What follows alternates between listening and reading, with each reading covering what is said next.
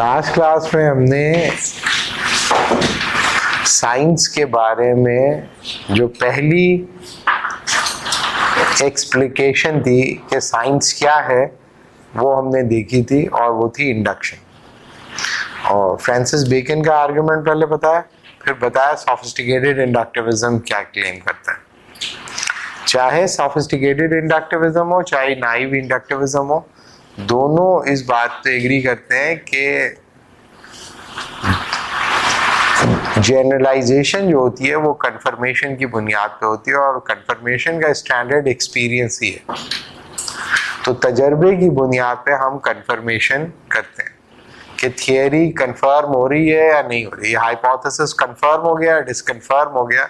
उसके लिए आपके लिए एक्सपेरिमेंटेशन भी है, और वो एक्सपेरिमेंटेशन एम्पिरिकल बेसिस के ऊपर ही इस्टेब्लिश होती है। ये हमने लास्ट क्लास में किया था। तो असल में जो साइंस में और नॉन साइंस में बेसिक डिस्टिंक्शन ली जाती थी, वो जो डिग्री ऑफ सर्टेनिटी है, यकीन, यानी कि आपका यकीन किस चीज में बढ़ रहा है, कैसे बढ़ रहा है, और यकीन जो है आपका काबिल कैसे होगा। तो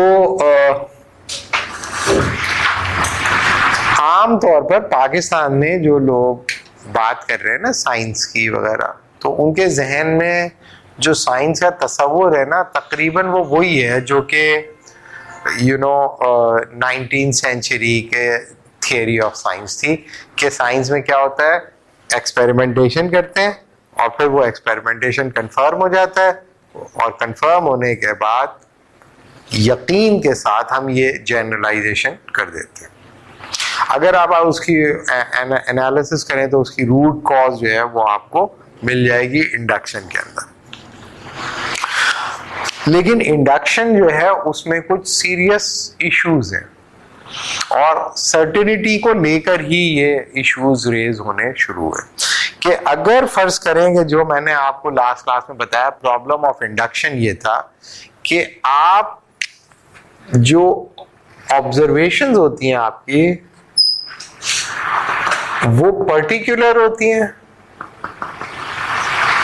और जो कंक्लूजन आप करते हैं, कंक्लूड जब आप करते हैं, वो आपका जनरल होता है या यूनिवर्सल होता है। तो पर्टिकुलर ऑब्जर्वेशन की बुनियाद पे जनरल ऑब्जर्वेशन जब आप करते हैं तो वो सर्टेनिटी को स्टैब्लिश नहीं करता, प्रोबेबिलिटी को स्टैब्लिश करता है। यानी कि पर्टिकुलर केसेस की बुनियाद पे जब आप जर्नल क्लेम करते हैं तो कभी भी आप कंक्लूसिवली वेरीफाई कर ही नहीं सकते। ये लॉजिकली इम्पॉसिबल है कि पर्टिकुलर केसेस की बुनियाद पे, पर्टिकुलर ऑब्जर्वेशंस की बुनियाद पे आप यूनिवर्सल क्लेम करें। क्यों? क्योंकि पर्टिकुलर एक्सपीरियंसेस की बुनियाद पे जब आप जर्नल क्लेम करते हैं तो आप कहते हैं कि जो पर्टिकुलर एक्सपीरियंसेस कंफर्म हमने किए हैं वो उनके लिए भी ट्रू है जो अभी हमने एक्सपीरियंस एक्चुअली किए नहीं है, ये आप साफ कह रहे होते हो। तो जब आप ने सर्टेनिटी का पैमाना ये बताया कि ए पोस्टीरियोरी होगा, ए पोस्टीरियोरी होगा, कि पहले मैं तजर्बा करूंगा और फिर मैं दावा करूंगा, तो ये इसके लिए तो ट्रू है लेकिन इसके लिए ट्रू नहीं है। तो इसका मतलब ये हुआ कि आपकी ऑब्जर्वेशन की बुनियाद पे जो आपकी आगाही हासिल हुई है आपको, वो ए पोस्टीरियोरी है, लेकिन जो कंक्लूजन आप कर रहे हो वो ए पोस्टीरियोरी नहीं है, क्योंकि अभी तो आपने उसको तजर्बा किया ही नहीं। इस वजह से फिलोसॉफिकल सेंस में यानी कि वेरीफाइबिलिटी प्रिंसिपल वर्क नहीं करता।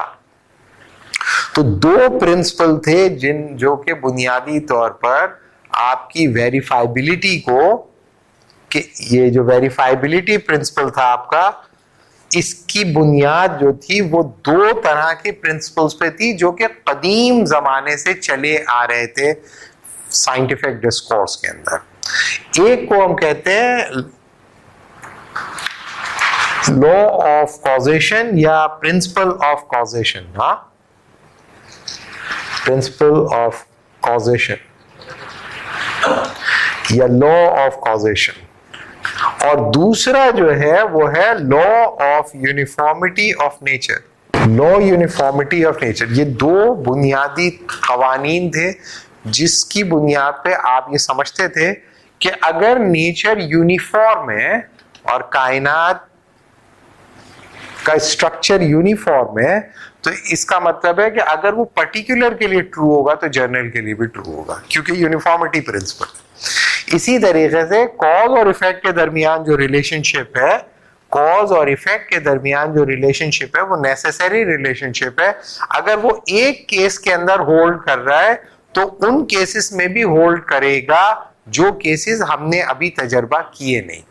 तो असल में जो वेरिफाइबिलिटी प्रिंसिपल की जो के पीछे जो यकीन और भरोसा था वो लॉ ऑफ कॉजेशन के ऊपर था और law of uniformity of nature के ऊपर था।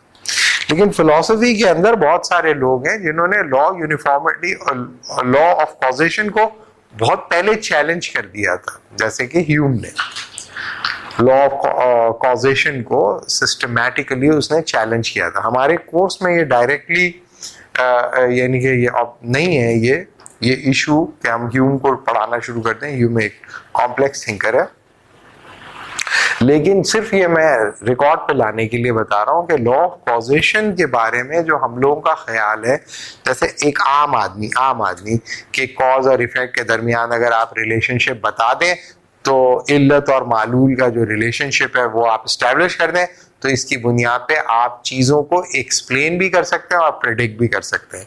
यानी कि अगर आप कॉज आपके सामने है और उससे आप इफेक्ट की तरफ आ रहे हो तो आप प्रिडिक्शन कर रहे हो, और इफेक्ट आपके सामने उससे कॉज की तरफ जा रहे हो तो आप एक्सप्लेनेशन कर रहे हो। तो ये एक आम यानी कि अप्रोच थी कि आप कॉज से इफेक्ट की तरफ आओगे, इफेक्ट से कॉज की तरफ आओगे। और लास्ट क्लास में आपको मैंने ये बताया था कि जो न्यूटोनियन फिजिक्स है इसके बाद यूनिटरी कॉजल रिलेशनशिप की बात होनी शुरू हुई थी। उससे पहले जो बात होती थी वो एरिस्टोटेलियन थी और उसमें प्लूरैलिटी ऑफ कॉजेशन का तस्वुर था। ये मैंने लास्ट क्लास में डिस्कस किया था, है प्लूरैलिटी ऑफ कॉजेशन। एरिस्टोटेलियन जो साइंसी या एरिस्टोटेलियन जो अप्रोच थी उसके अंदर एक इफेक्ट 4 कॉजेस के नतीजे में पैदा होता था। एक इफेक्ट के पीछे 4 कॉजेस होते थे। पहला कॉज को वो कहता था एफिशिएंट कॉज, दूसरे को वो कहता था मटेरियल कॉज, तीसरे को वो कहता था फॉर्मल कॉज, और आखिरी को कहता था वो फाइनल कॉज। 4 कॉजेस मिलके एक इफेक्ट पैदा करते हैं। ये क्लासिकल एरिस्टोटेलियन या क्लासिकल फिलॉसफी में एरिस्टोटेलियन असम्पशन ये थी कि 4 कॉजेस होंगे तो एक इफेक्ट होगा। और 4 कॉजेस क्या है? Efficient, material, formal, final. मिसाल के तौर पे जो बिल्डिंग है जिसमें हम अभी बैठे हुए हैं, ये एक इफेक्ट अगर है तो इसके पीछे 4 कॉजेस होंगे कम से कम। कैसा? पहला एफिशिएंट कॉज है, जिसमें एफिशिएंट कॉज वो लोग हैं जिन्होंने ये बिल्डिंग बनाई, मजदूर, एफिशिएंट कॉज। सही है। मटेरियल कॉज वो जिससे ये बिल्डिंग बनी। फॉर्मल कॉज वो रैशनल प्लान ऑफ एक्शन है जो इसका नक्शा होगा। अगर वो रैशनल नहीं हो, उल्टी सीधी जगहों पर आप बीम डाल दो तो ये गिर जाएगी बिल्डिंग। तो अगर फॉर्मल कॉज नहीं होगा तो मजदूर होने और सरिया सीमेंट होने के बावजूद भी ये बिल्डिंग बनेगी नहीं, क्योंकि आपके पास फॉर्मल कॉज होना चाहिए, यानी कि रैशनल प्लान ऑफ एक्शन होना चाहिए, वरना ये बिल्डिंग खड़ी नहीं हो सकेगी। और आखिरी चीज वो कहता है फाइनल कॉज, और फाइनल कॉज जो है वो कहलाता था टेलोस। इसका पर्पस क्या है? इसका मकसद क्या है? पर्पस क्या है इसका? फर्ज किया आपको बिल्डिंग बनाना आपका मकसद है ही नहीं, तो तीनों चीजें हो आपके पास एफिशिएंट वर्कफोर्स भी हो, आपके पास मटेरियल रिसोर्सेज भी हो, आपके पास रैशनल प्लान ऑफ एक्शन हो, लेकिन आपका मकसद ही नहीं है बिल्डिंग बनाना, तो बिल्डिंग नहीं बनेगी। तो एरिस्टोटल के पास 4 कॉजेस का एक इफेक्ट होता था। ये इसे कहते हैं प्लूरैलिटी ऑफ कॉजेशन का तस्वर। जब मॉडर्न साइंस आई, मॉडर्न साइंस ने ये टेलॉस वगैरह को बाहर निकाल दिया। उन्होंने कहा भाई मकसद का कॉज से कोई ताल्लुक नहीं है, यूनिटरी कॉजल रिलेशनशिप, एक कॉज एक इफेक्ट, नेसेसरी कॉज का नेसेसरी इफेक्ट, नेसेसरी इफेक्ट का नेसेसरी कॉज, फिर बाद में उसमें सफिशिएंट और नेसेसरी, सफिशिएंट कंडीशन और नेसेसरी कंडीशन की डिस्टिंक्शंस वगैरह ली गई। लेकिन जो इंपॉर्टेंट चीज है वो ये कि जो वेरीफाइबिलिटी प्रिंसिपल है जिस पे हम बहस कर रहे हैं अभी, वो वेरीफाइबिलिटी प्रिंसिपल ये कहता है कि मैंने कंफर्म करके देख लिया कि तजर्बे में मुस्तकिल यही आया जा रहा है कि कव्वे काले हैं, लिहाजा वो कव्वे जो अभी मेरे तजर्बे में नहीं आए उनके लिए भी ये साबित होता है या वेरीफाइबल है ये कि वो भी काले ही होंगे। अब इसके पीछे 2 चीजें हैं, एक कॉजल नेसेसरी कॉजल रिलेशनशिप है और इसके बीच में यूनिफॉर्मिटी ऑफ नेचर भी है कि नेचर यूनिफॉर्म है। जैसे फर्ज किया कि आप सबके कितने, आप लोगों के कितने दिल हैं? नहीं, वो तो सही है, एक दिल, एक ही दिल है। आप लोगों ने चेक किया जाके या नहीं? हुआ था जी। नहीं, आपका तो हो गया, लेकिन इनका हुआ है? इनका नहीं हुआ अल्ट्रासाउंड, आज तक पता ही नहीं चला है। हो सकता है हो ही ना दिल, क्या हो सकता है ऐसा? तो लॉ यूनिफॉर्मिटी ऑफ नेचर कहेगी नहीं हो सकता। अगर एक ऑर्गेनिज्म के अंदर एक जगह पर एक ऑर्गन मौजूद है तो वही ऑर्गन उसी सेम स्पीशी के सेम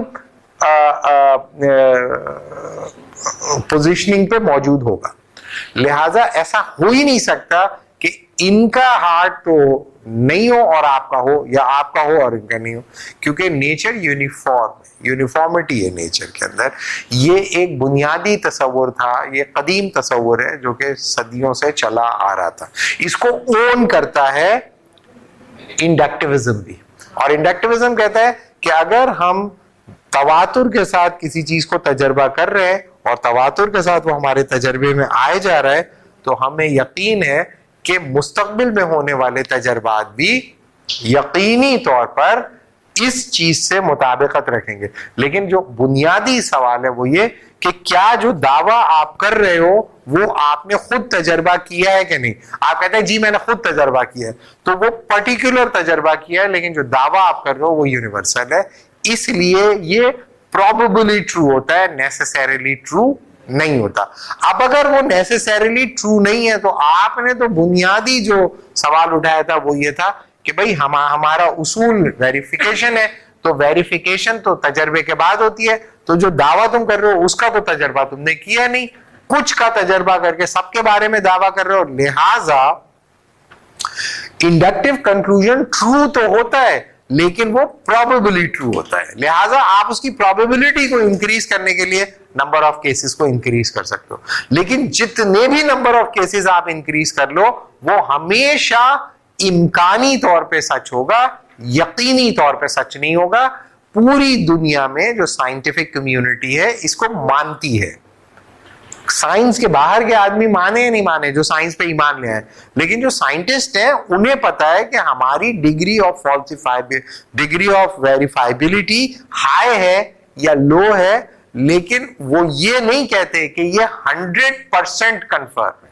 100% कंफर्म नहीं है, उसकी प्रोबेबिलिटी को वो हाई कर सकते हैं, इंक्रीज कर सकते हैं, लेकिन उसमें अल्टीमेट सर्टेनिटी का दावा नहीं कर सकते अगर वो इंडक्टिविस्टिक पैराडाइम में रहते हैं। सर ये फैक्ट्स के बारे में बात करें, मतलब कि हर किसी भी मतलब क्या साइंटिफिक फैक्ट्स के बारे में, साइंटिफिक फैक्ट्स ऑफ इंडक्शन आते हैं जी, साइंटिफिक फैक्ट्स के बारे में ही बात होती है। जैसे पानी का जो है वो फार्मूला है, हाँ, इसमें ये अप्लाई होगा जी, हर चीज के बारे में हो सकता है।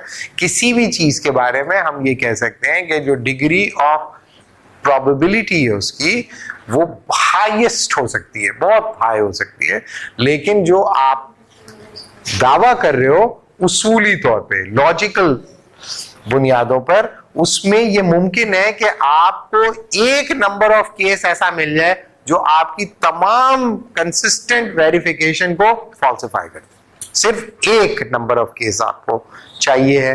जैसे फर्जिया आप तमाम इंसानों को जिंदा रहने के लिए दिल की जरूरत होती है, लेट्स सपोज, तो ये इसकी सबसे ज्यादा हाईएस्ट प्रोबेबिलिटी है कि हर इंसान का दिल होगा ही, है ना, क्योंकि इसका लॉ ऑफ कॉजेशन को भी कंफर्म कर रहा है, law of uniformity of nature को भी कंफर्म, सही है। लेकिन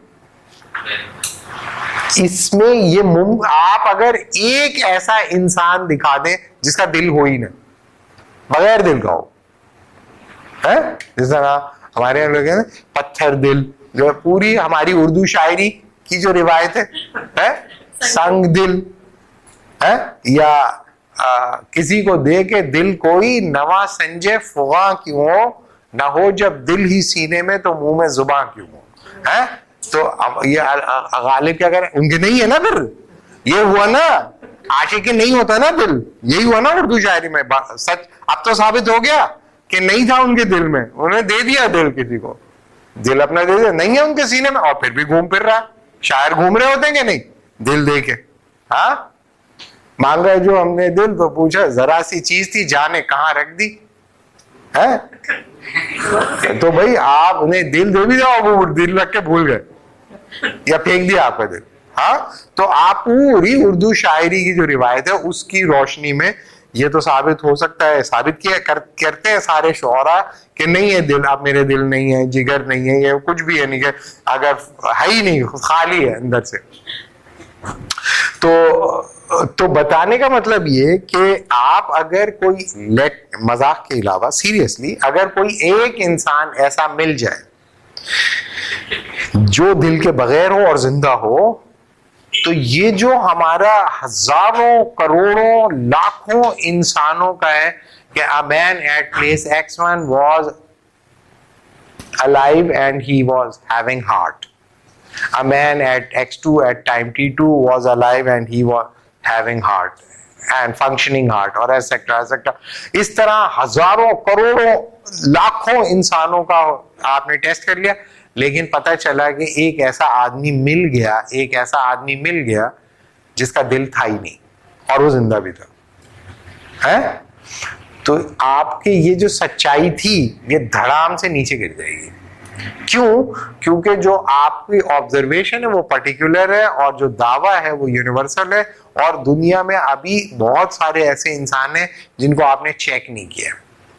तो इसकी डिग्री बहुत हाई होगी कि आपका तमाम इंसानों का हार्ट होगा, लेकिन ये मुमकिन है कि हो सकता है कि यकीन के साथ हम कह सकें, लेकिन 100% सर्टेनिटी इसके अंदर भी नहीं है। तो जो यकीन की सतह पर बिल्कुल पहुंचे हुए हो, यानी कि सिर्फ इसी बात को आप ले लें कि तमाम इंसान क्या फानी होते हैं कि नहीं, जो मैंने लास्ट क्लास में एग्जाम्पल दी थी, जैसे बर्टन रसल की एग्जाम्पल है इंडक्टिविस्टिक टर्की की, हाँ, इंडक्टिविस्ट टर्की की एग्जाम्पल ये है कि एक टर्की जो है, और आप लोगों को पता है ना टर्की को किस तरह वो खाते हैं थैंक्सगिविंग डे में। तो एक टर्की को लेके आए एक भाई 26 दिसंबर को अपने घर, 26 दिसंबर, सही है, और 26 दिसंबर को लेके आए और 26 दिसंबर को सुबह 9 बजे उसको टर्की को उन्होंने दाना डाला। तो टर्की ने ये सवाल उठाया क्या मुझे रोजाना 9 बजे नाश्ता मिलेगा, खाना मिलेगा कि नहीं मिलेगा। तो टर्की था बड़ा साइंटिफिक इंडक्टिविस्ट टर्की था, तो टर्की ने कहा पता नहीं मुझे, देखते हैं कल। तो दूसरे दिन उसने देखा, दूसरे दिन भी 9 बजे उसे खाना मिला, फिर तीसरे दिन भी, चौथे उसने कहा कि हो सकता है कि मुझे सर्दियां थी, दिसंबर था, हो सकता है सर्दियों में मुझे 9 बजे खाना मिलता हो। अभी हमें चेक करना पड़ेगा गर्मियों में, तो गर्मियों में भी 9 बजे मिला, और फिर खजा में भी और बाहर में भी, और होते होते दूसरा साल आ गया और दूसरे साल का 24 दिसंबर आ गया।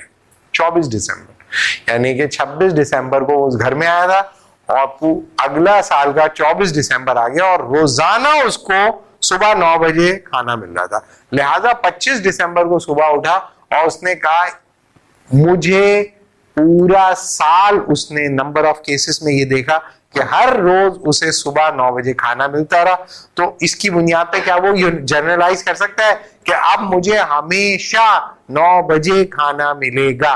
तो जिस दिन उसने 25 दिसंबर हो गया, 25 दिसंबर को मालिक ने आके उसको हलाल कर दिया और उसकी खाल उतार के उसका टर्की बना के 25 दिसंबर को क्रिसमस वाले दिन उससे खा गए। तो ये जो इंडक्टिविस्टिक टर्की था, इसके तमाम नंबर ऑफ केसेस कंफर्म कर रहे थे उस कंक्लूजन को, लेकिन कंक्लूजन निकला फॉल्स, क्योंकि उसने जो तजर्बा किया था वो 25 दिसंबर का नहीं किया था, 25 दिसंबर के बाद किया था। और 25 दिसंबर का उसने कंक्लूजन निकाला कि 25 दिसंबर को भी मुझे 9 बजे खाना मिलेगा, तो पूरा साल 9, लेकिन साल के आखिरी दिन उसी गले पे छुरी फेर दी। इसका क्या मतलब है? इसका मतलब यह है कि कंक्लूसिवली वेरीफाई नहीं होता। इसलिए अगर साइंस की बुनियाद इंडक्शन है तो साइंस वेरीफाई नहीं करती, कंक्लूसिवली वेरीफाई नहीं करती। सर ये आपने जो लॉ ऑफ यूनिफॉर्मिटी है ये तो क्लियर हो गया, लेकिन प्रिंसिपल ऑफ कॉजेलिटी जो है, हाँ, ये कैसे मतलब ये कि यूनिफॉर्म, इसके ऊपर भी लॉ ऑफ यूनिफॉर्मिटी अप्लाई होता है?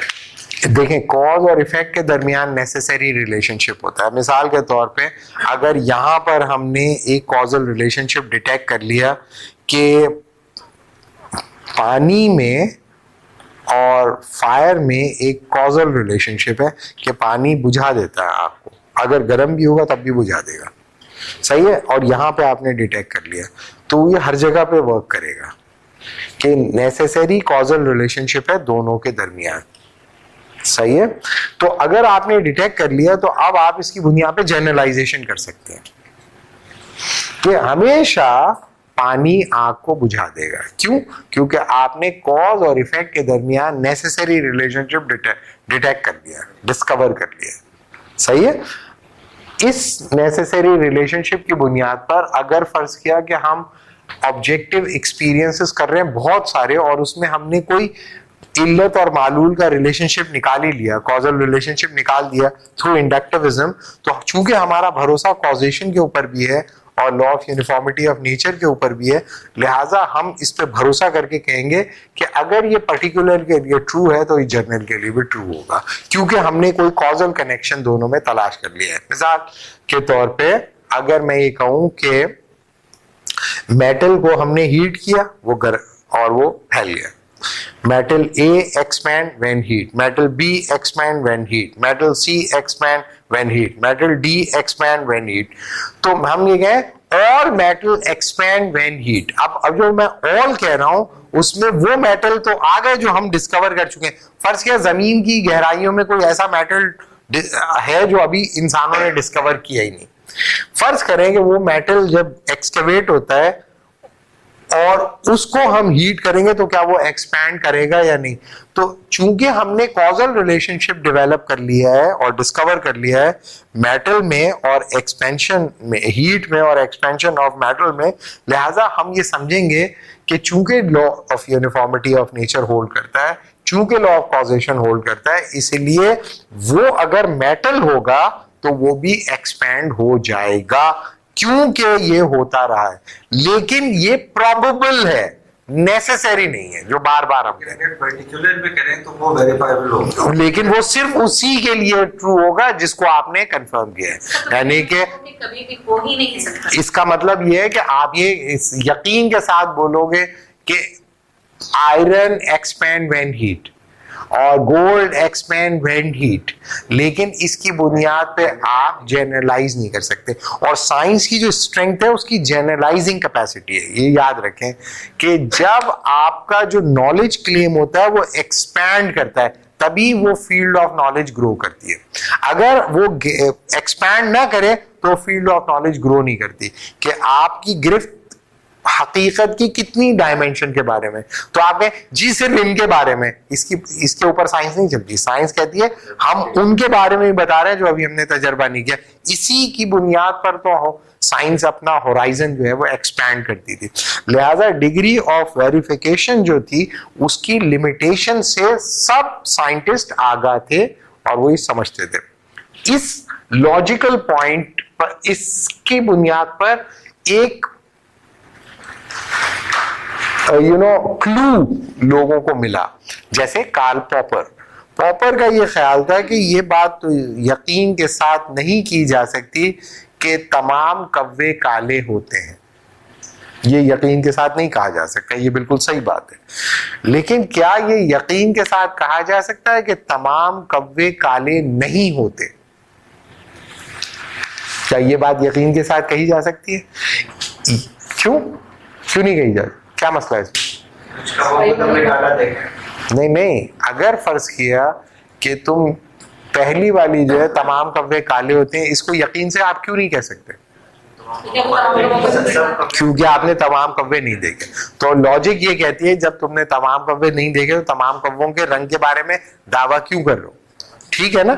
लिहाजा ये तो तुम यकीन के साथ नहीं, लेकिन इसका इम्कान कि ये इम्कानी तौर पे सच है बहुत हाई है।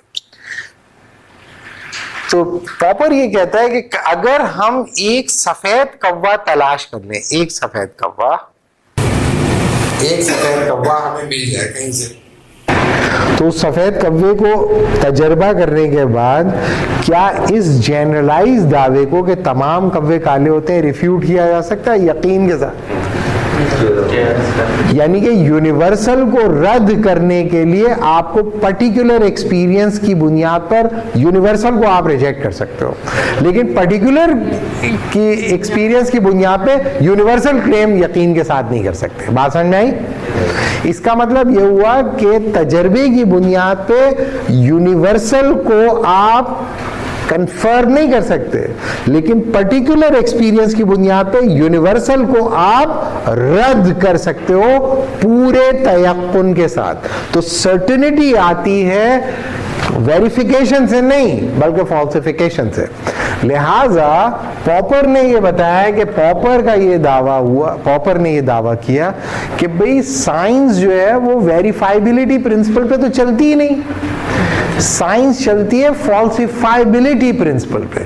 साइंस यकीन मुहकम के साथ कंफर्म करती है फॉल्सिफिकेशन को, फॉल्सिफिकेशन ऑफ यूनिवर्सल जजमेंट को, और उसके लिए हमें क्या करना है? सिर्फ एक नंबर ऑफ केस तलाश करना है। अगर वो एक नंबर ऑफ केस हमें मिल जाए तो उसकी बुनियाद पे हम जर्नल स्टेटमेंट्स को उड़ा के रख देंगे। लिहाजा साइंटिफिक कम्युनिटी का ऑब्जेक्टिव ये नहीं होना चाहिए कि वो साबित करे, साइंटिफिक कम्युनिटी वेरीफाई करे। साइंटिफिक कम्युनिटी का काम ये है कि वो रद्द करे। तो सच वो नहीं है जो साबित हो जाता है, सच वो है जो रद्द हो जाता है। तो यकीन के साथ साइंस कंफर्म नहीं कर पाती, यकीन के साथ साइंस रद्द कर सकती है, क्योंकि वेरिफिकेशन के लिए आपको यूनिवर्सल को एक्सपीरियंस करना मुमकिन नहीं है, लेकिन यूनिवर्सल को रद्द करने के लिए एक पर्टिकुलर केस अगर आपको मिल जाए तो उसकी बुनियाद पे आप यूनिवर्सल को रिजेक्ट कर सकते हैं। यानी कि तमाम इंसानों का दिल होता है, ये साबित साइंटिफिकली नहीं किया जा सकता, क्योंकि हो सकता है दुनिया में एक इंसान ऐसा हो जिसका दिल नहीं हो। जैसे पहले ही समझाया था सबके 2 किडनीज होती हैं, पहले ही समझा जाता था, सही है। बाद में पता चला कुछ लोगों की नहीं होती, एक ही मशीन चल रही होती है, घूम रहे होते हैं। मेरी किडनी कहाँ गई? एक ही थी, फिर पता चला एक किडनी पे भी चल जाता है काम है। तो हो सकता है कहीं ना कहीं जाकर कोई ऐसा कबीला हो जिसका दिल ना हो। और उर्दू शायरी में पहले ही बता दिया तुम लोग, उर्दू शायरी में तो ये बता रहे हैं कि जिंदगी में एक ना एक बार किसी न किसी को बगैर दिल के जिंदा रहना पड़ता है, और किसी के 2 दिल आ जाते हैं। हाँ, किसी 2 दिल होते हैं और एक। और ब्रेजनेव जो था, जब उसको हार्ट अटैक हुआ, रशियन वो था पॉलिट ब्यूरो का हेड था, प्रेसिडेंट था, तो उसकी रोज़ाना हेल्थ कंडीशंस को देखते हो तो ज़ाहिर है कोई एथीस्ट फ्रेमवर्क था, उनको साइंटिफिकली चीज़ों को देखना होता था, तो उसकी बिल्कुल परफेक्ट हेल्थ कंडीशन थी ब्रेज़नेव की। तो उन्होंने कहा कि भाई ये जो है बिल्कुल हेल्दी है, लेकिन सडनली उसको हार्ट अटैक आ गया। अब साइंटिफिकली उसको हार्ट अटैक नहीं आना चाहिए था, उसका ब्लड प्रेशर बिल्कुल ठीक था, उसका खून बिल्कुल ठीक था, वो हेल्थ कंडीशन उसकी A1 कंडीशंस थी, लेकिन उसको हार्ट अटैक, लेकिन वो बच गया, मरा नहीं। तो उन्होंने किया ये कि उन्होंने कहा कि भाई ये तो बड़ा मसला है, इसका तो दिल धोखा दे रहा है, या तो हम कैसे नहीं, तो उन्होंने 2 दिल लगा दिए उसको, यानी कि एक आर्टिफिशियल और एक कि अगर ये वाला दिल में प्रॉब्लम हुई तो दूसरे पे ट्रांसफर हो जाए, अनऑब्स्ट्रक्टेड सप्लाई फॉर पावर होती रहेगी। और लेकिन जब दूसरी बार हुआ ना उसको, तो दोनों फेल हो गए।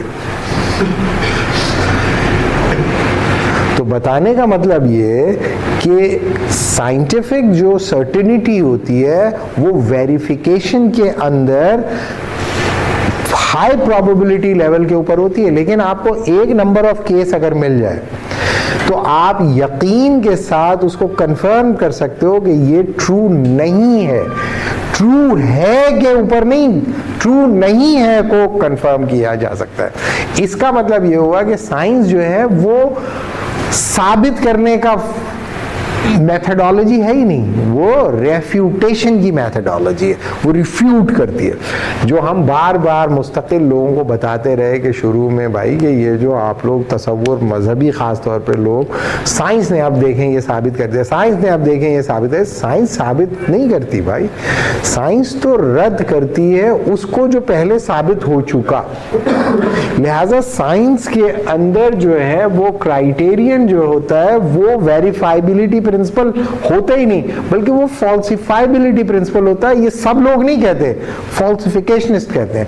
लिहाजा इंडक्टिविज्म के बाद जो दूसरी बड़ी थियरी डेवलप हुई उसे हम फॉल्सिफिकेशनिज्म कहते हैं। और फॉल्सिफिकेशनिस्ट कहते हैं कि साइंस में हकीकत के बारे में यकीन जो आता है वो कंफर्मेशन या वेरिफिकेशन से नहीं आता, बाय वर्च्यू ऑफ एक्सपीरियंस। अगर तुमने एक्सपीरियंस को स्टैंडर्डाइज किया, एक्सपीरियंस को बुनियाद बनाया, तो एक्सपीरियंस पर्टिकुलर का हो सकता है, यूनिवर्सल का नहीं हो सकता। लिहाजा यूनिवर्सल के लिए आपको तयक्कुन अगर चाहिए तो यूनिवर्सल जो एस्टैब्लिश्ड यूनिवर्सल ट्रूथ्स हैं उनके लिए आपको एक ऐसी ऑब्जर्वेशन तलाश करनी है, सिर्फ एक ऐसी ऑब्जर्वेशन जो उस यूनिवर्सल स्टैंडर्ड को रिफ्यूट करने के लिए काफ़ी है। लिहाजा आप इस चक्कर में नहीं पड़ोगे मैं साबित करूंगे तमाम कव्वे काले होते हैं, ये तो सब मान रहे हैं। अब साइंस का कमाल ये होगा कि आप ये साबित कर दो कि तमाम कव्वे भाई काले नहीं होते, तो साइंस में इनकलाब बर्पा आप करोगे। क्यों?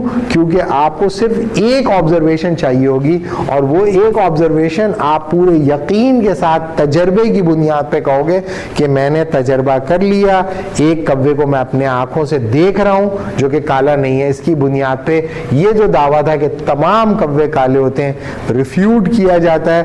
लिहाजा इस थियरी को हम रद्द कर सकते हैं जिसे हम आज तक ट्रू मानते रहे, और इस थियरी को रद्द करने के लिए हमें सिर्फ एक ऑब्जर्वेशन की जरूरत पड़ती है। उस एक ऑब्जर्वेशन को तलाश करने के लिए आप साइंटिफिक मेथडोलॉजीज को इस्तेमाल करेंगे, अपने एनालिसिस को इस्तेमाल करेंगे, अपनी इवैल्यूएशन को इस्तेमाल करेंगे, रिगरसली वर्क करेंगे, और अगर आपको एक ऐसा नंबर ऑफ केस मिल जाए तो आप किसी भी इस्टेब्लिश्ड ट्रूथ की को ब्रेक कर सकते हैं। जैसे आपने देखा कि सारी दुनिया एरिस्टोटेलियन फिलॉसफी के मुताबिक सब लूनर स्पेस का तस्वुर उनके पास था कि सूरज चांद जो है वो परफेक्ट होल है, परफेक्ट स्फेयर है। लेकिन जब गैलीलियो की टेलीस्कोप से उन्होंने उसको देखा तो उन्हें पता चला इसमें तो घड़े भी है और पहाड़ भी है। तो एक ऑब्जर्वेशन की बुनियाद पे वो तमाम दावे जो किए जा रहे थे रिफ्यूट हो गए, एक ऑब्जर्वेशन की बुनियाद पे। तो एक ऑब्जर्वेशन की बुनियाद पे थियरी रद्द हो सकती है, और जब तक कि आप किसी थियरी को ट्रू मानते हो, कब तक? जब तक कि वो फॉल्सिफाई ना हो जाए। तो साइंस के अंदर सच वो नहीं होता जो वेरीफाई होता है, सच वो होता है जो फॉल्सिफाई नहीं हो पाता। तो जब तक कि वो फॉल्सिफाई नहीं होता उस वक्त तक आप सब उसे ट्रू समझते रहो। लेकिन जिस दिन हमारे ऑब्जर्वेशन में एक नंबर ऑफ केस भी आ गया तो हम साइंटिफिकली यकीन के साथ उसको रद्द कर देंगे कि ये तो अब सच नहीं है। इस तरह साइंस में जो तरक्की होगी वो डिग्री ऑफ फॉल्सिफाइबिलिटी के इंक्रीज होने के साथ साथ होती रहेगी। क्या ये बात आप लोगों की समझ में आई या नहीं? सर ये साइंस अगर किसी चीज़ को फॉल्सिफाई करेगी तो फिर उसकी प्लेस पे वेरीफाई भी तो करेगी। मिसाल के तौर पर आपने जो एग्जांपल दी कि जो मून जो है वो परफेक्ट स्फेयर नहीं है, ठीक है, उस पर माउंटेन्स वगैरह जो है, तो वो पहले उसने फॉल्सिफाई किया कि परफेक्ट स्फेयर नहीं, और फिर उसने वेरीफाई किया कि इसमें गड़े हैं और ये कुछ, ठीक है। तो पहले तो उसने फॉल्सिफाई किया और फिर वो वेरीफाई करेगी ना। क्या चीज वेरीफाई? जो देख रही है नहीं, मतलब ये कि ये दावा पहले से किया जाता रहा था कि ये परफेक्ट स्फेयर है, सही है। उसके लिए फर्ज किया कि सैकड़ों एग्जाम्पल आपको ले मैन ऑब्जर्वेशन को भी लग रहा था वो परफेक्ट स्फीयर है, देखने से भी लग रहा था परफेक्ट है, लेकिन चूंकि फासला बहुत ज़्यादा था आप नहीं कर सकते थे। लेकिन आपका जब कैपेसिटी ऑफ ऑब्जर्वेशन बढ़ा तो आपने ऑब्जर्व कर लिया कि ये तो परफेक्ट स्फीयर नहीं है भाई, तो वो रिजेक्ट हो गया। जब वो रिजेक्ट हो गई थियरी तो उस स्फीयर मानकर जो आपने और बहुत सारे दावे किए थे वो सारे भी उड़ गए। तो कंफर्म जो हुआ है वो ये हुआ है कि ये गलत था। अब ये कि हमें नजर आ गया कि इसमें घड़े हैं वगैरह, ये कंफर्मेशन थोड़ी है, ये तो आपकी ऑब्जर्वेशन है। अब सवाल ये कि इस ऑब्जर्वेशन की बुनियाद पे आप कौन सा बड़ा दावा करने जा रहे हो, ये है इंपॉर्टेंट चीज। यानी कि जैसे फर्ज किया कि आप जो है दो स्टेटमेंट है, आप बताओ कि ज्यादा गलत हो जाने के इम्कानात किसके हैं। Mars move in an elliptical path, Mars move in an elliptical path, ये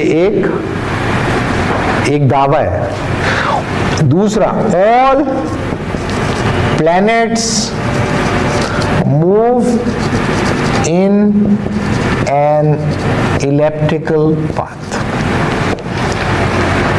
ज्यादा बड़ा दावा कौन सा है? सेकंड वाला क्यों है बड़ा दावा? नहीं, दोनों में फर्क क्या है? नहीं, वो तो सही है, वो तो हो गया। अभी जो इन्होंने एग्जाम्पल दी थी ना मून वाली, उसको सामने रख के बताएं। अगर चांद को मार्स को देखकर अगर ये वाला दावा कर देंगे तो फिर जैसे हमने उसको फॉल्सिफाई कर दिया तो फिर ये पूरा का पूरा ये दावा गलत हो जाएगा। नहीं, अगर मैं मार्स को फॉल्सिफाई करूंगा तो सिर्फ मार्स के उस पर होगा, और यहाँ पे मैं जनरलाइजेशन को फॉल्सिफाई करूंगा तो जनरलाइजेशन को फॉल्स।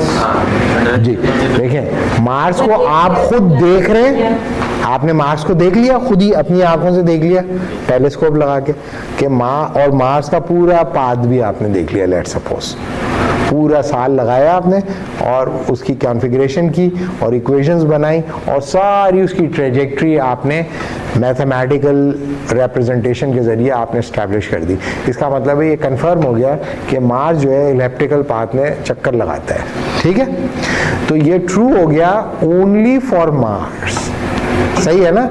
लेकिन इसकी बुनियाद पर अगर फर्ज किया कि ये कोई दूसरा आदमी रद्द कर दे और बताया कि आपने जो ट्रेजेक्ट्री बनाई वो ठीक नहीं है, मार्स इलिप्टिकल पाथ में मूव नहीं करता, सही है, बल्कि सर्कुलर है, तो ये जो दावा होगा पर्टिकुलर दावा भी है और रद्द भी पर्टिकुलर होगा। बल्कि सर्कुलर है, ये वेरीफाई करना है। नहीं मैं ये नहीं कह रहा, मैं कुछ और कह रहा हूँ। मैं कह रहा हूँ कि अगर फर्ज किया कोई आदमी ये साबित कर दे कि मार्स इलिप्टिकल पाथ में मूव नहीं कर रहा, सही है ना, तो इसका असर बहुत ज़्यादा थियरीज के ऊपर नहीं पड़ेगा, क्योंकि ये एक ही प्लैनेट के बारे में आप दावा कर रहे हैं। नीचे वाला जो है वो उन प्लैनेट्स के बारे में तो है जो अभी डिस्कवर हो गए हैं, उन प्लैनेट्स के बारे में भी है जो अभी डिस्कवर नहीं हुए। इसका मतलब है कि पूरे एस्ट्रोनॉमिकल सिस्टम के अंदर जितने प्लैनेट्स हम जानते हैं और जिनको हम नहीं भी जानते, उन सब के बारे में all planets move in an elliptical path. अब आपने ये जो all planets move in an elliptical path किस बुनियाद पे आप ये दावा कर रहे हो?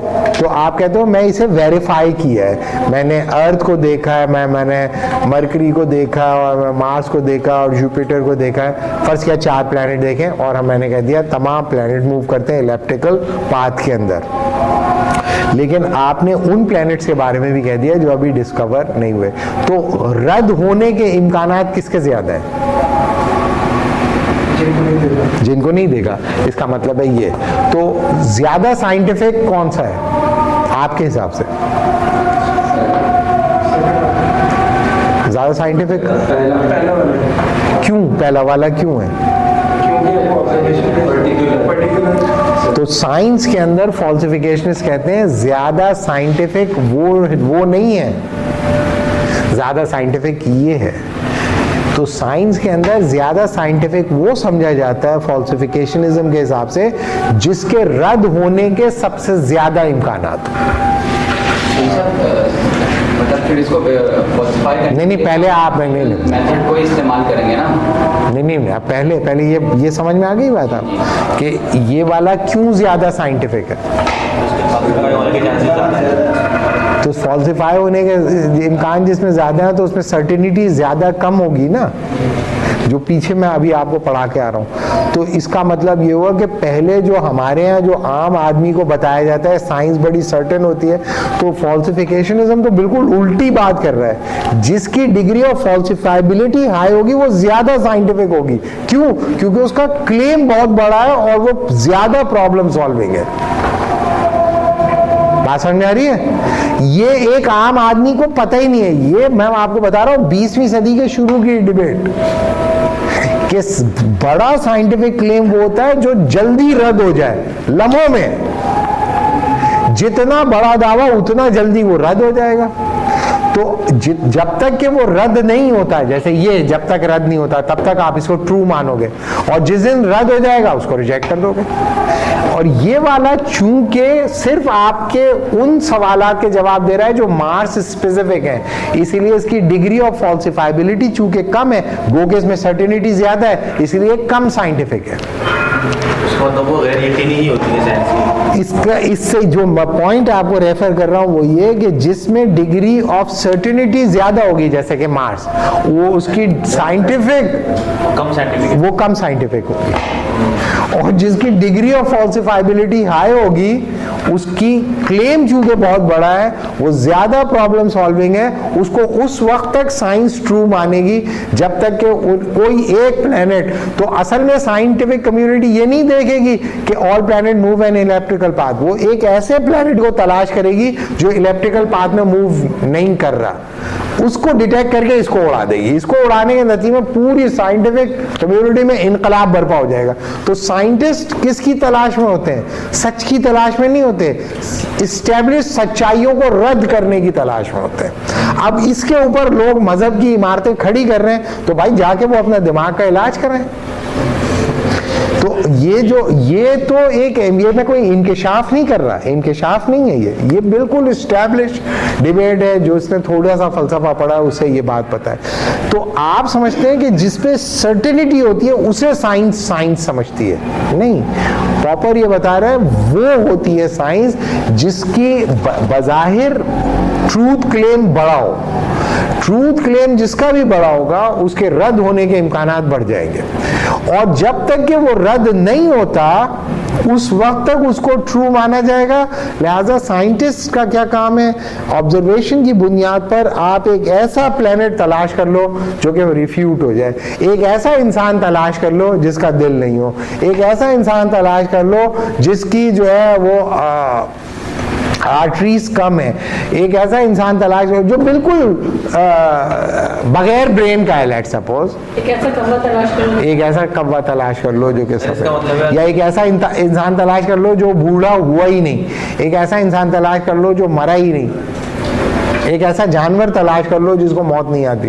तो इसके नतीजे में आपकी जो थियरी है वो इस्टेब्लिश पूरी की पूरी ट्रूथ को उड़ा। सर इसका मतलब है अगर तुम मजहबी आदमी ये कह रहे हैं कि मैं साइंटिफिकली कि खुदा को साबित कर रहा हूँ, हाँ। उसका अपने दावे में तजाद हो गया, क्योंकि जब वो साइंटिफिक कह रहे हैं तो उसका मतलब है इसको फॉल्सिफाई भी किया जा सकता है। जी, मजहबी तौर पे वो मानते हैं कि नहीं इसको तो रद्द नहीं किया जा सकता ना, तो वो ये समझेगा कि मैंने नहीं, वो ये समझेगा जैसे Mars move in an elliptical path में, तो ये बस नहीं, वो ये समझेगा जैसे Mars move in an elliptical path में, तो ये बस सिर्फ मार्स के लिए एक बात कह रहा हूँ, मार्स के लिए एक बात कह रहा हूँ, तो वो डिग्री ऑफ, तो उसकी डिग्री ऑफ फॉल्सिफाइबिलिटी बहुत तो कम साइंटिफिक वो कम साइंटिफिक।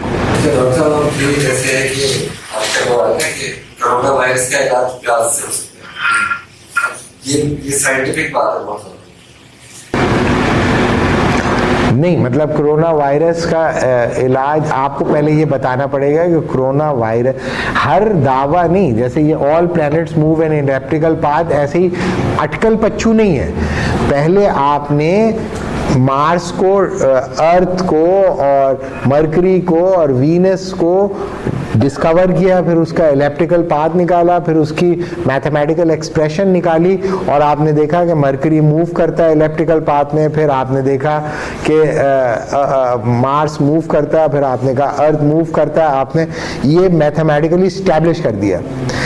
लेकिन आपने कहा चूंकि ये सारे प्लैनेट इलेप्टिकल पाथ में मूव कर रहे हैं, लिहाजा तमाम प्लैनेट्स इलेप्टिकल पाथ में ही मूव करेंगे, तब आप ये दावा करोगे। फर्ज किया कि एक पेशेंट कोरोना वायरस का प्यास से ठीक हो गया, दूसरा भी ठीक हो गया, तीसरा भी ठीक हो गया, चौथा भी ठीक हो गया। एक भाई ने कह दिया तमाम कोरोना वायरस के पेशेंट प्यास से ठीक हो जाएंगे, प्यास से ठीक हो जाएंगे।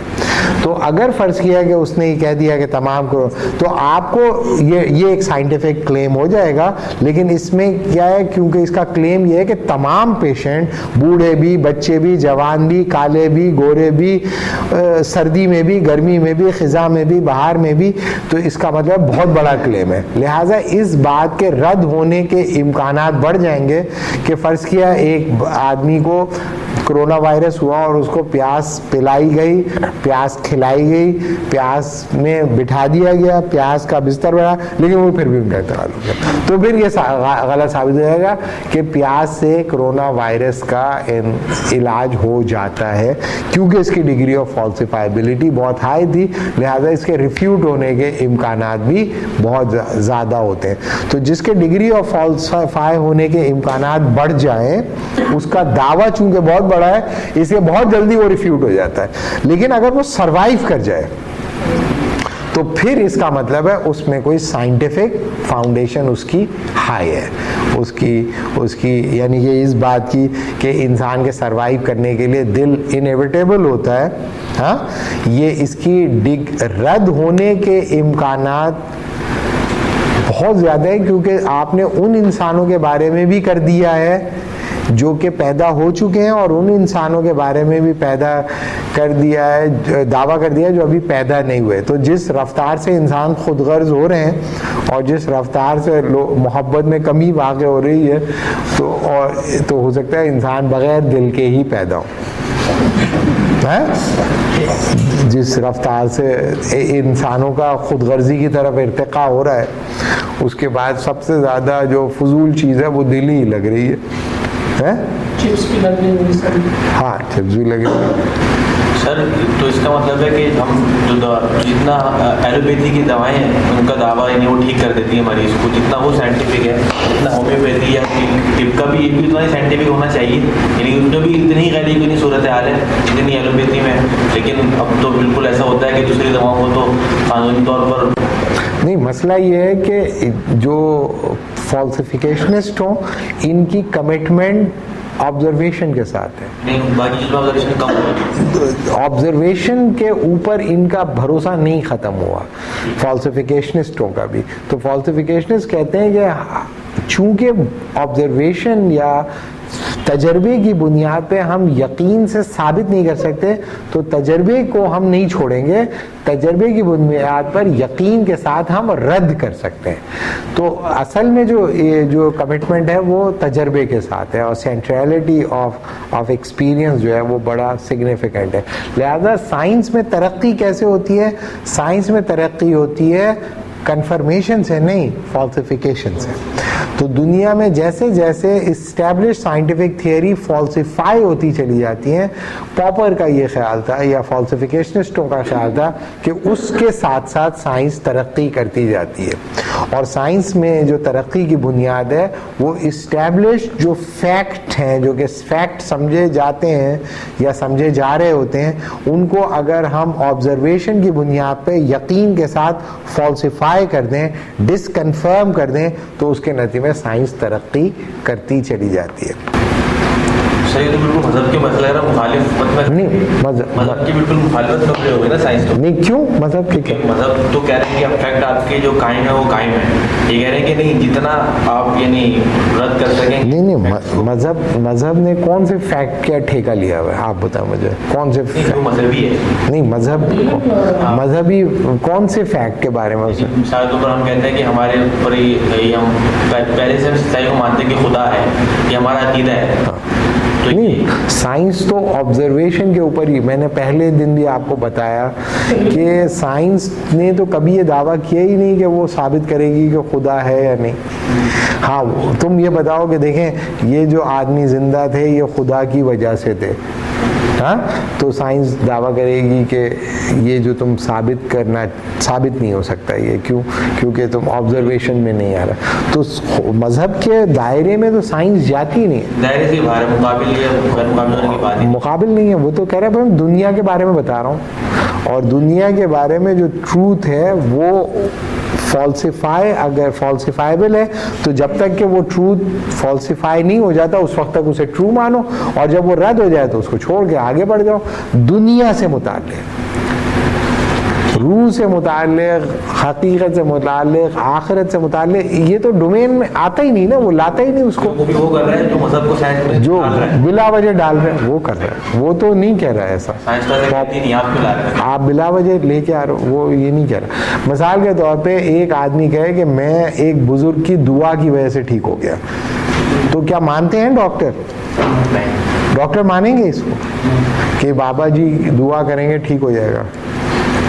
कुछ डॉक्टर मानते हैं। नहीं, मेडिसिन की नॉलेज, हम इस बारे में कुछ कह नहीं सकते। मेडिसिन ये कहेगा कि भाई वहाँ होता होगा, इंशाल्लाह ठीक हो जाता होगा, लेकिन मेडिसिन या मेडिकल साइंस इस बुनियाद के ऊपर नहीं खड़ी हुई, वो खड़ी हुई है या तो साइंटिफिक अकाउंट ऑफ इंडक्शन के ऊपर खड़ी होगी या साइंटिफिक अकाउंट ऑफ फॉल्सिफिकेशन के ऊपर खड़ी होगी। तो साइंस को एक्सप्लेन करने का जो फॉल्सिफिकेशनिस्ट अकाउंट है उसकी बुनियाद जो कहते हैं साइंस साबित करते हुए आगे चलती है, तो पॉपर उल्टी बात कहता है, साइंस फॉल्सिफाई करते हुए आगे नहीं चलती, वेरीफाई करते हुए नहीं, बल्कि फॉल्सिफाई करते हुए आगे बढ़ती है। सर ये जो कह रहे थे कि खुदा का वजूद जो है ये साइंटिफिक हाइपोथेसिस नहीं है, जैसे कि ये है, ठीक है, लेकिन जब हम ये रिलेशनशिप देखते हैं, आपने कहा कि इफेक्ट से जब कॉज की तरफ लाना हो तो ये एक्सपेरिमेंट्स होते हैं, ठीक है? नहीं, तब ये जैसे नहीं इफेक्ट से जब आप कंक्लूजन की तरफ, कॉज की तरफ जाते हैं, तो ये एक्सप्लेनेशन होती है। एक्सप्लेनेशन मिसाल के तौर पे हम लोग यहाँ पे बैठे हुए, सही है, और यहाँ से हम लोग इस कमरे से हम लोग निकले, आप लोगों ने सब अपनी चीज़ें यहीं छोड़ दी और वहाँ पे बराबर वाले कमरे में चाय पी रहे थे। इधर कोई दरवाजा भी नहीं है, खिड़कियां भी सारी बंद है। फिर आप लोग यहाँ पर आए आप लोग, तो आपका सामान यहाँ पे नहीं था, सामान गायब हो गया, आप लोग वहीं दरवाजे के साथ खड़े हो, तो अब आपके लिए प्रॉब्लम होगा कि सामान गया कहाँ। तो ये भाई जो है ये जिन ले गया होगा, जिन ले जाता है, जिन है यहाँ पर। तो आप मानोगे या नहीं, ये बात मान लोगे या नहीं, आप मान लोगे?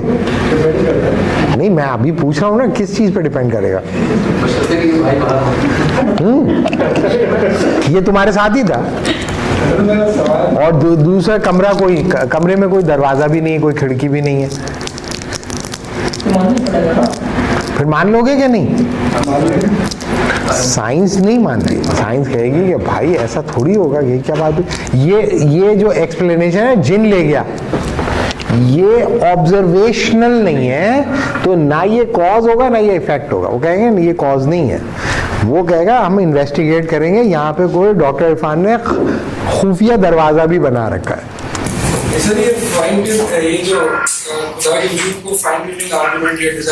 अरे भाई डिजाइन आर्ग्यूमेंट जो है विलियम पेले का आर्ग्यूमेंट है, वो तो बहुत पहले उसको उड़ा दिया था लोगों ने। हमारे मकसद मेरा सवाल करने की ये है कि ये इफेक्ट से कॉज की तरफ जा रहा है ना, ये डिजाइन आर्ग्यूमेंट है या फाइंडिंग है, ये साइंटिफिक आर्ग्यूमेंट है। नहीं, साइंटिफिक नहीं है, ये कहलाता है डिजाइन आर्ग्यूमेंट, ये कॉस्मोलॉजिकल आर्ग्यूमेंट, ऑन्टोलॉजिकल आर्ग्यूमेंट, ये फिलोसॉफिकल है, साइंटिफिक नहीं है। ये फिलोसॉफिकल है, ये ऑब्जर्वेशन। मतलब अगर फर्जिया कोई आदमी कहे the existence of a designer justify the existence of the existence of designed object justifies the existence of a designer, है ना। जैसे ये टेबल है तो टेबल मेकर, तो इससे ये कहां से इंप्लाई होता है वो टेबल मेकर अभी भी मौजूद है, ये इंप्लाई होता है इससे। टेबल मेकर ये टेबल बना के इंतकाल कर गया। अच्छा, इससे ये कहां से इंप्लाई होता है कि टेबल मेकर जो है वो गुड है, ये इंप्लाई होता है इससे। टेबल मेकर ऑल गुड है, ये इंप्लाई होता है। टेबल मेकर जो है ऑल नॉलेजेबल है, ये इंप्लाई होता है इससे। तो डिजाइन आर्ग्यूमेंट जो है वो उसमें बड़े प्रॉब्लम्स हैं, लेकिन हजरत उमर का कौल है कमजोर दलील देने से बेहतर है आप खामोश हो जाए। सही है। अगर फर्ज किया कि आप दलील के दायरे में आओगे, पहली बात तो ये साइंटिफिक नहीं है, ये कॉस्मोलॉजिकल, ऑन्टोलॉजिकल, टेलियोलॉजिकल आर्गुमेंट है, रिलीजियस लोगों ने दिए थे। सही है, जो ईमान रखते थे, और वो जो आर्गुमेंट है वो थियोलॉजिकल बुनियाद। इनको तो बाद में वेस्टर्न फिलॉसफी में कांट ने इनको उड़ा के रख दिया, और उसने क्रिटिक ऑफ प्योर रीजन में पूरा अलग से एक सेक्शन लिखा,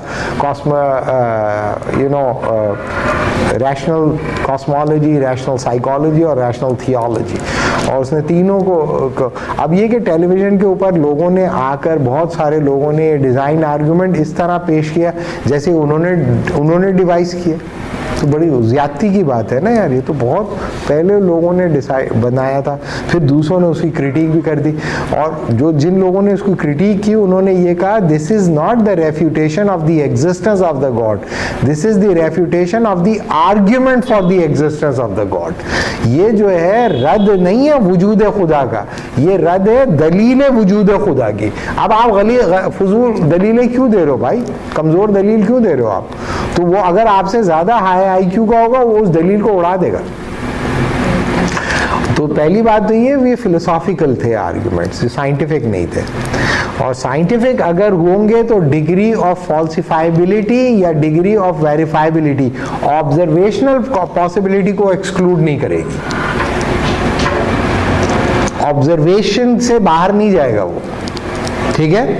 लिहाजा देखें, उसूल ये होता है कि मजहब को जिस तरह फैलाया है ना पैगंबर ने, और मजहब को जिस तरह पेश किया है पैगंबर ने, उससे बेहतर अंदाज में मजहब को किसी का बाप भी पेश नहीं कर सकता। समझ में आ रही बात? ये बिल्कुल फैक्ट है। यानी कि वो जिस तरह करता है आर्ग्यू आउट और जिस तरह वो चलता है, अगर आप उस तरह चलोगे तो आप सामने वाले को डिफीट कर दोगे। लेकिन अगर आपने कोई इनोवेशन की, जो कि आप इनोवेशन कर सकते हो हालात को देख के, सिचुएशन को देख के, लेकिन जो बेसिक जो फ्लॉ है, जो प्रॉब्लम है हमारे यहाँ, वो ये है कि वो रीज़न का एक इर्तिकाई तसव्वुर प्रिज्यूम करते हैं वो लोग, और वो समझते हैं कि पहले ज़माने के जो लोग होते थे वो जाहिल और वहशी और कम अकल और बेवकूफ़ और ख़ास तौर पे नॉन साइंटिफिक उनका रवैया होता था। चूँकि उनकी एकेडमिक इनकॉम्पिटेंस की वजह से उनको जब मॉरल आर्ग्यूमेंट दिया जाता था या अल्लाह की तरफ बुलाया जाता था या अल्लाह के अजाब से डराया जाता था, वो डर जाते थे। अरे भाई, वो बेवकूफ़ लोग नहीं थे, वो ये आपका तसव्वुर है, इर्तिकाए ताक़ुल है, जिसकी बुनियाद पे आप ये समझते हैं कि वो कम हैसियत और कम अकल के लोग थे। और आज जो आप ये साइंटिफिक टेक्नोलॉजिकल डिस्कवरीज वगैरह देख के आपकी सिट्टी गुम हो रही है लोगों की, खासतौर पे मजहबी लोगों की, कि भाई अरे यार आज तो इंसान बड़ा साइंटिफिक, उसको कैसे मैं दावा दे सकता हूँ, किस मुंह से मैं दावत दूँ? तो मैं कोई निकाल के लाता हूँ, कोई क्वांटम मैकेनिक्स कोई मैं निकाल के लाता हूँ। तो ये मजहब का प्रॉब्लम नहीं है, ये आपका प्रॉब्लम है ना, प्रॉफिट का प्रॉब्लम है। प्रॉफिट क्या है? सीधे हो जाओ भाई।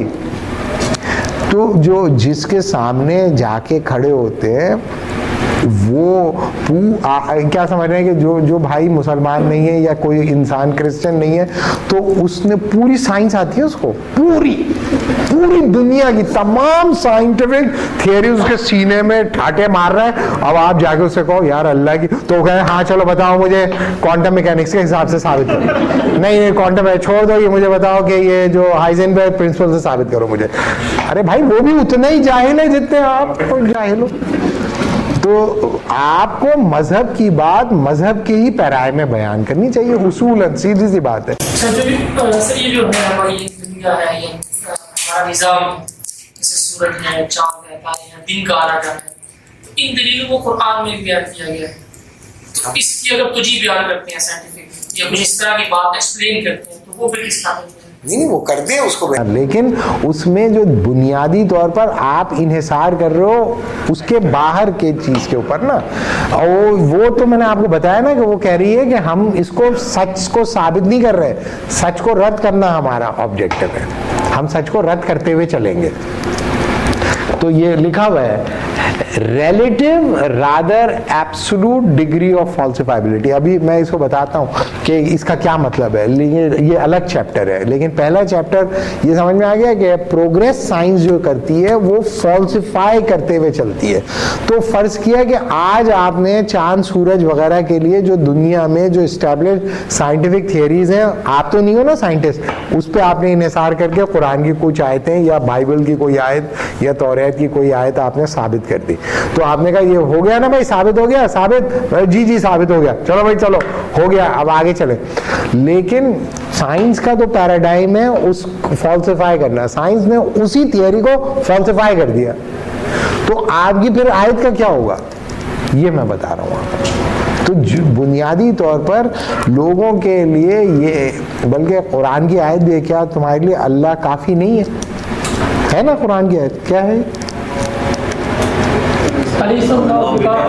हाँ, तो अल्लाह काफ़ी नहीं है क्या आपके लिए? तो बुनियादी तौर पर इंसान का बुनियादी जो मसला है वो मजहब में एक अलग है। साइंस एक प्रॉब्लम सॉल्विंग मेथडोलॉजी है, साइंस को कंडेम करने की जरूरत नहीं है। आपको अपने प्रॉब्लम सॉल्व करने के लिए साइंस चाहिए, आप साइंस इस्तेमाल करो। कौन आपको नहीं कह रहा है, या रिलीजन ने कब आपको मना किया कि आप साइंस इस्तेमाल नहीं करो? लेकिन आप जो है वो उसकी बुनियाद पे ऑल इनकम्पैसिंग सोल्यूशन दो, और आप बताओ कि अब इससे मैं वो काम भी लूंगा जो उस साइंस का अपना क्लेम भी नहीं है, ना उसका एरिया भी नहीं है। तो ये तो फिर आप ज्यादती कर रहे हो ना, उसके साथ मेथडोलॉजी के साथ ज्यादती कर रहे हो। वो तो बता रहे हैं कि हमारी मेथडोलॉजी की लिमिटेशन है ये, और साइंस के अंदर लोग कभी वो साइंटिफिक कम्युनिटी के जो लोग होते हैं उन्हें पता होता है कि इसमें प्रोबेबिलिटी कितनी हाई है या कितनी रिलेटिव मेरिट है इसकी डिग्री ऑफ फॉल्सिफाइबिलिटी की, लेकिन वो लोगों को जाहिर है कि प्रॉब्लम को सॉल्व करने के लिए आपको भरोसा करना होता है कि भाई अवेलेबल सॉल्यूशन में सबसे बेहतर सॉल्यूशन हमारे पास ये, फर्ज किया किसी बीमारी के इलाज में हमारे पास सबसे बेहतर इलाज भाई ये है, तो इससे यकीनन ये बीमारी का इलाज हो जाएगा। लेकिन ये भी हो सकता है कि नहीं हो, लेकिन अगर नहीं होगा तो हम देखेंगे उसको, अभी तो आपका काम कर रहा है ना ये, आप इसको इस्तेमाल करो। सारी दुनिया को पता है एंटीबायोटिक्स इस्तेमाल करने के नतीजे में उसके बड़े खौफनाक कॉन्सिक्वेंसेस है। पूरी साइंटिफिक कम्युनिटी वो दवा के अंदर पीछे लिखे हुए होते हैं उसके साइड इफेक्ट्स, वो कहते हैं लेकिन भाई अभी हमारे पास यही है ना हल, अब हम क्या कर सकते हैं। अब हम कोशिश कर रहे हैं इसकी डिग्री ऑफ फॉल्सिफाइबिलिटी हम बढ़ा रहे हैं कि अगर ये फॉल्सिफाई हो जाता है कि दवा नुकसानदेह है तो हम इसे बंद कर देंगे, फिर दूसरी ले आएंगे, फिर तीसरी ले आएंगे। यस सर, वेरिफाइबिलिटी और फॉल्सिफाइबिलिटी का जो मेथड है वो इफेक्टिवली तो सेम ही है, उनके जो रिसर्च और ऑब्जर्वेशन चल रही है दोनों, वो जो है वो वेरीफाई करने और फॉल्सिफाइबिलिटी वाले जो वो ड्रग तलाश करते हैं। जी बिल्कुल, but they are working in the same manner. जी नहीं, मसला ये है कि इंडक्शन जो है अपनी तमाम कमजोरियों के बावजूद, बल्कि चैप्टर के जो है वो मैं अगर जो लोग रीड करेंगे वो कहेगा इंडक्शन को हम कंक्लूसिवली रिजेक्ट नहीं कर रहे। साइंस के अंदर इंडक्शन सरवाइव किया अपनी तमाम कमजोरियों के बावजूद, यानी कि साइंटिस्टों ने कभी भी इंडक्शन को छोड़ा नहीं। गो केस इंडक्शन में प्रॉब्लम है लेकिन इंडक्शन कंक्लूसिवली रिजेक्ट नहीं हुआ, तो इंडक्शन चलता है साइंस के अंदर। लेकिन पॉपर ये कहता है कि चूंकि उसमें सर्टेनिटी तयक्कुन नहीं है, और साइंस का असल दावा था कि हम तुम्हें यकीन देंगे, तो यकीन की बुनियाद पे तुम अगर कंफर्म नहीं कर सकते तो क्या यकीन की बुनियाद पे डिसकंफर्म कर सकते हो। तो उन्होंने कहा जी यकीन की बुनियाद पे हम डिसकंफर्म कर सकते हैं। तो तयक्कुन की तलाश आपको इंडक्शन से फॉल्सिफिकेशन की तरफ ले गई। इंडक्शन तो चल रहा है, पूरी दुनिया में इंडक्शन कर रहे हैं, कभी भी इंडक्शन को पीछे नहीं छोड़ा उन्होंने।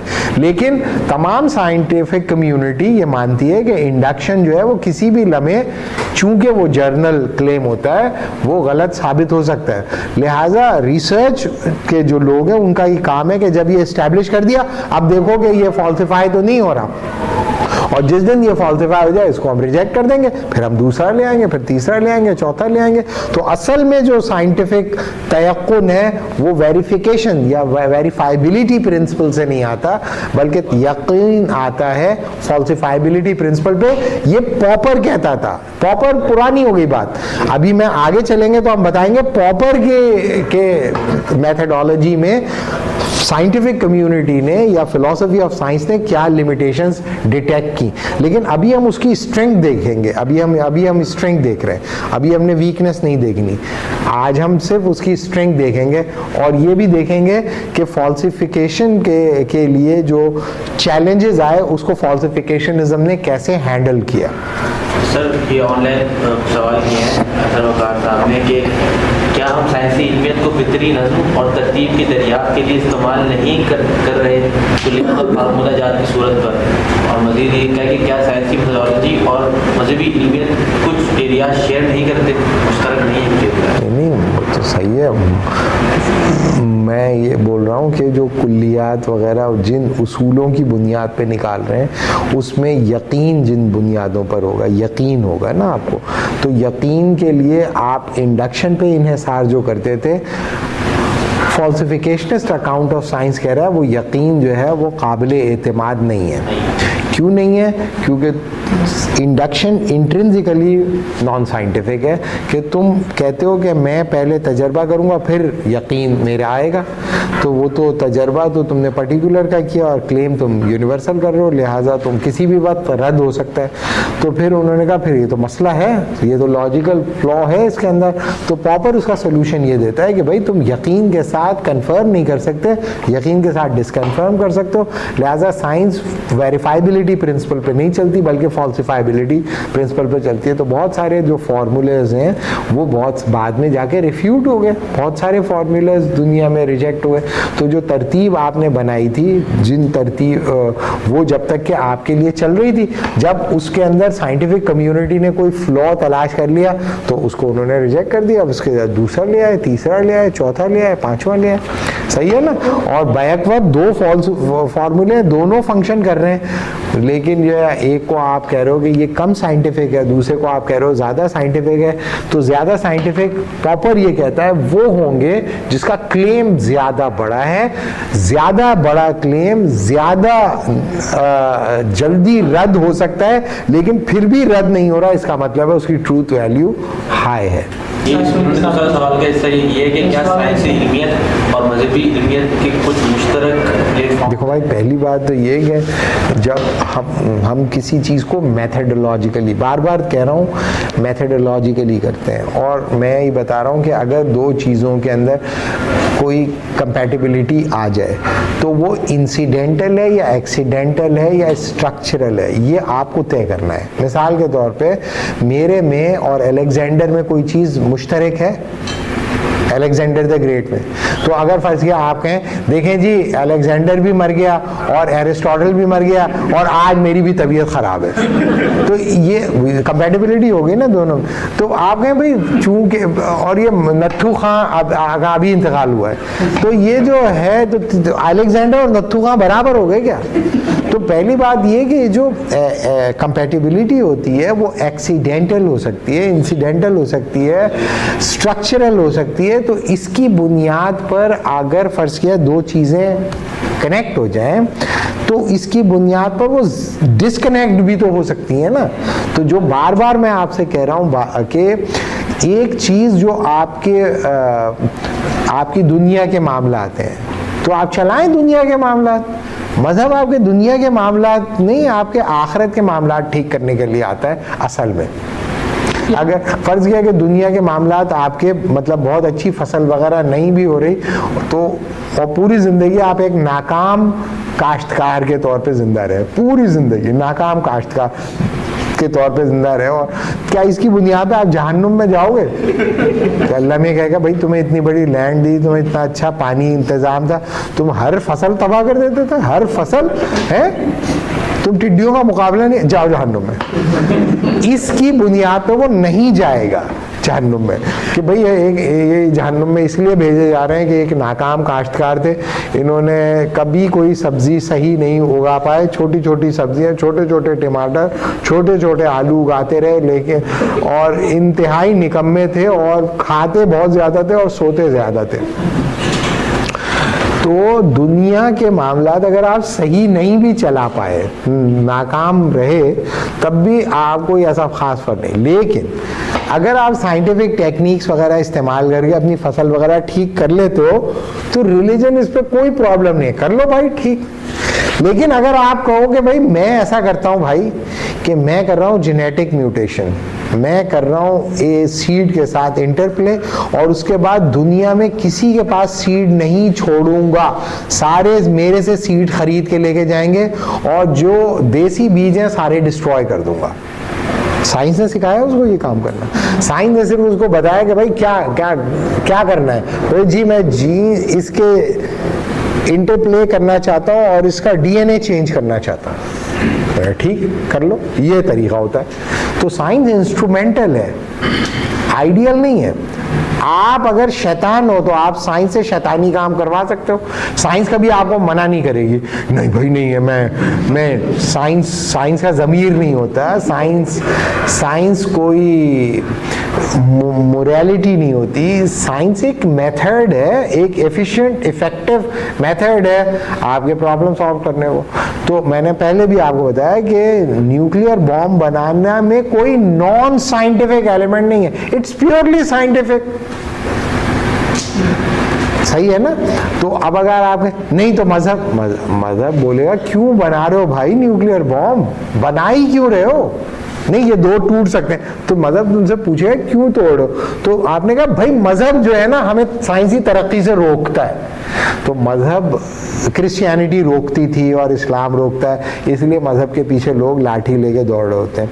तो साइंस जो है वो एक मैथडोलॉजी है और उसे इंसान इस्तेमाल करते हैं। तो इंसान को सीधे रास्ते पे रखा जाता है। साइंस सीधे रास्ते या उल्टे रास्ते पे नहीं होती, साइंस एक मैथडोलॉजी है। आपकी मर्जी है, आप अगर शैतान हो तो आप अपने इल्म को शैतानी कामों में इस्तेमाल करोगे भाई।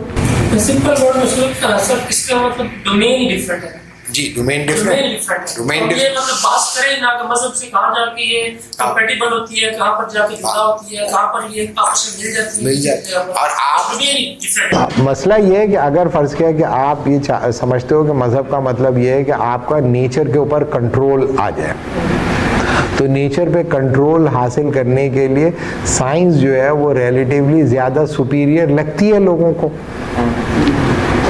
नेचर को कंट्रोल करने की सलाहियत साइंटिफिक मेथडोलॉजी में ज़्यादा है, तो मज़हब जो है वो आपको हल्का लगता है। तो ये मज़हब का प्रॉब्लम नहीं है, साइंस का प्रॉब्लम नहीं है, ये आपके रवैये का प्रॉब्लम है, सोच का प्रॉब्लम है। वो अगर ठीक हो जाएगा तो आप ठीक हो जाओ।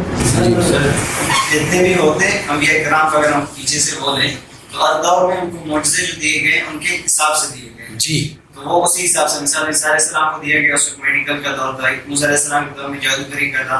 तो अगर हम साइंस को इस तौर पर इस्तेमाल करें कि जो भी लोग मराऊ हैं इससे बहुत ज्यादा, तो इस तौर पर इस्तेमाल कर सकते हैं। नहीं मैं ये नहीं कह रहा आप इस्तेमाल करो, मैं तो सिर्फ ये मैं तो कोई अल्लामा फाजिल थोड़ी हूँ कि मैं जो बता रहा हूँ बिल्कुल, मैं तो ये बता रहा हूँ कि जब आप इसे किसी चीज़ को जब आप इस्तेमाल करते हैं तो आपको पता होना चाहिए ना ये धार कहाँ पर है इसकी। यानी कि फर्ज किया आपने सिर्फ एक ही, आप समझ रहे हो कि एक ही धार है इसकी और डबल एज है, वो ऊपर भी है धार, जैसा चाहे उसको इस्तेमाल कर सकते हैं। हम जैसे तो अगर आप से ज़्यादा ताकतवर है कोई मेथडोलॉजी और आप उसको काबू नहीं कर सकते तो आपको वो काबू करेगी।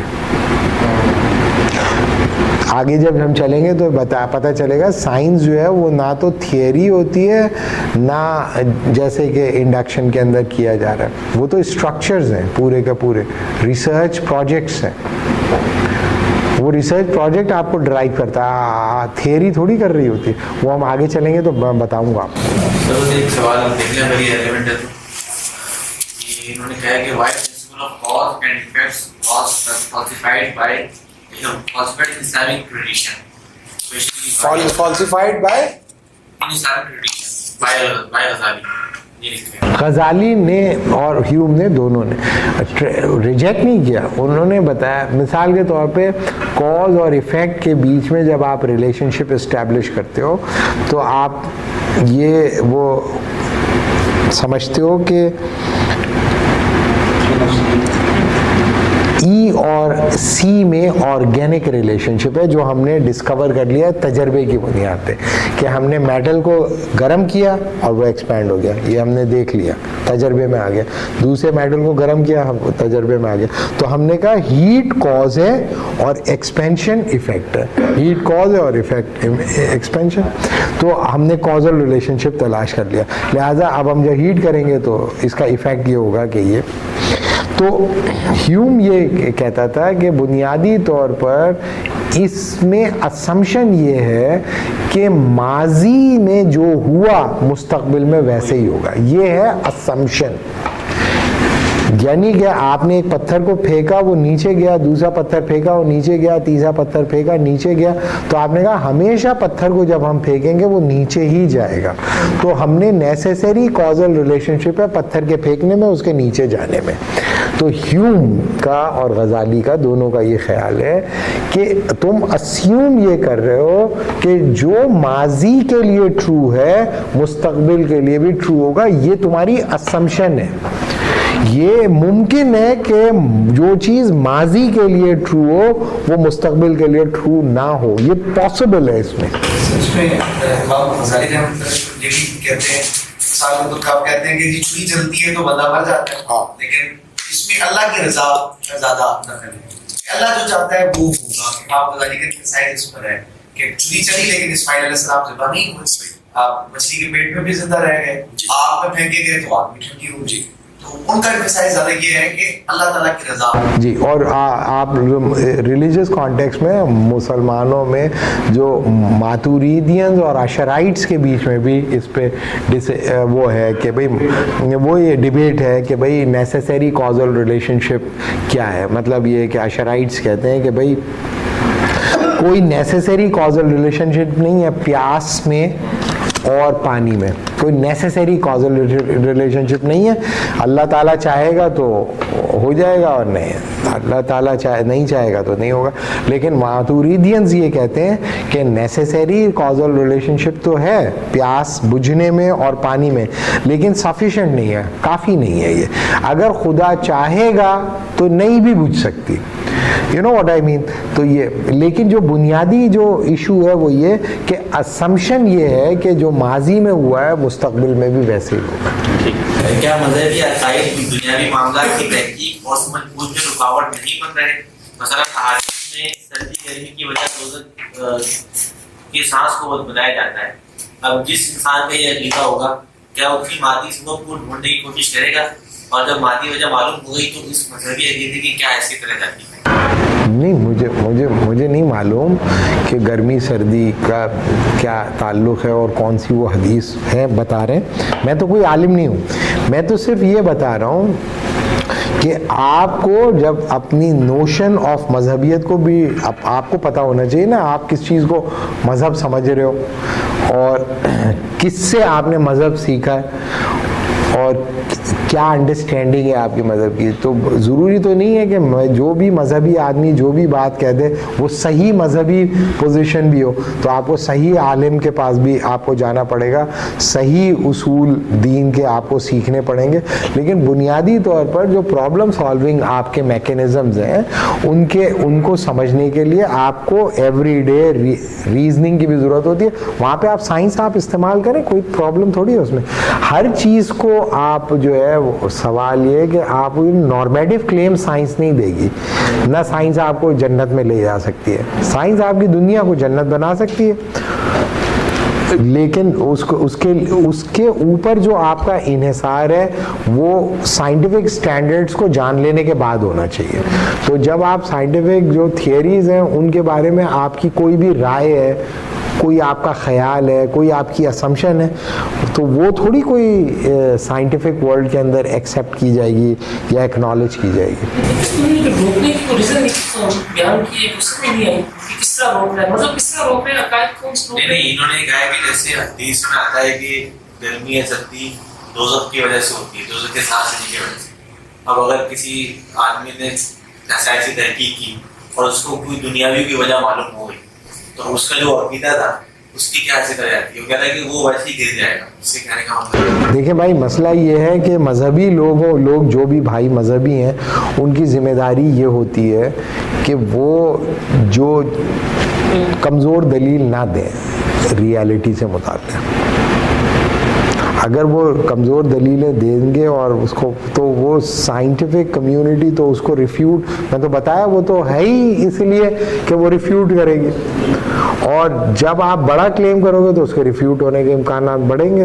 तो वो तो है ही मेथडोलॉजी डिसकन्फर्म। नहीं पढ़ना चाहिए ना आपको, बेइज्जती होने वाले चक्कर में नहीं पढ़ना चाहिए कि आप उस तरफ ही ना आए। नहीं, मतलब ये कि आप नहीं, आप अगर नहीं, मुझे मसला ये कि कौन दे रहा है। मिसाल के तौर पे अगर इमाम तैमिया कोई बात करेंगे तो वो उसमें दम होगा, या इब्ने सीना कोई बात दे रहा है, इब्ने सीना ने एक मेथडोलॉजी के ज़रिए चीज़ें सीखी, चीज़ें बताई, आज तक उसको मेडिसिन में पढ़ाया जाता है, इब्ने सीना को पढ़ाया जाता है। तो मतलब ये कि इब्ने सीना की टक्कर का फिर आदमी हो, या तैमिया की टक्कर का आदमी हो, या इब्ने खुल्दून की टक्कर का आदमी हो, तो अगर फर्ज गया तो इस तरह कोई भी आदमी कोई भी बात कह दे तो वो तो नहीं चलेगी वहाँ पर। लेकिन अगर फर्ज किया कि एक आदमी जो हाई प्रोफाइल उसका इंटेलेक्ट है और उसकी बुनियाद वो नेचर के मुताबिक कोई बात कहेगा, क्लेम करेगा, और वो क्लेम ज्यादा दिन तक चलेगा तो साइंस उसको ये थोड़ी कहेगी अरे भाई मुसलमान ने दिया, नहीं नहीं हम ये बात नहीं मान रहे,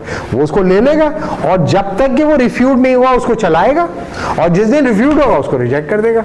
इसकी बुनियाद पे ना तो इस्लाम की बका है ना इस्लाम का इनकार है, नफी है, कुछ भी नहीं है, वो तो एक मेथडोलॉजी है जो चल रही है। ठीक है जी। अच्छा जी, अब मैं आपको बता रहा था कि ये जो डिग्री ऑफ फॉल्सिफाइबिलिटी है ना, ये जो मैंने आपको बताया, जैसे Mars move in an elliptical path, इसके रिफ्यूट होने के इम्कानात कम है क्योंकि आपने मैथमेटिकल रिप्रेजेंटेशन के थ्रू उसका पूरा पाथ देख लिया, तय कर लिया, सब कुछ, एवरीथिंग, तो इसकी डिग्री ऑफ फॉल्सिफाइबिलिटी कम है। ये all planets move in an elliptical path, इसकी डिग्री ऑफ फॉल्सिफाइबिलिटी बहुत हाई है।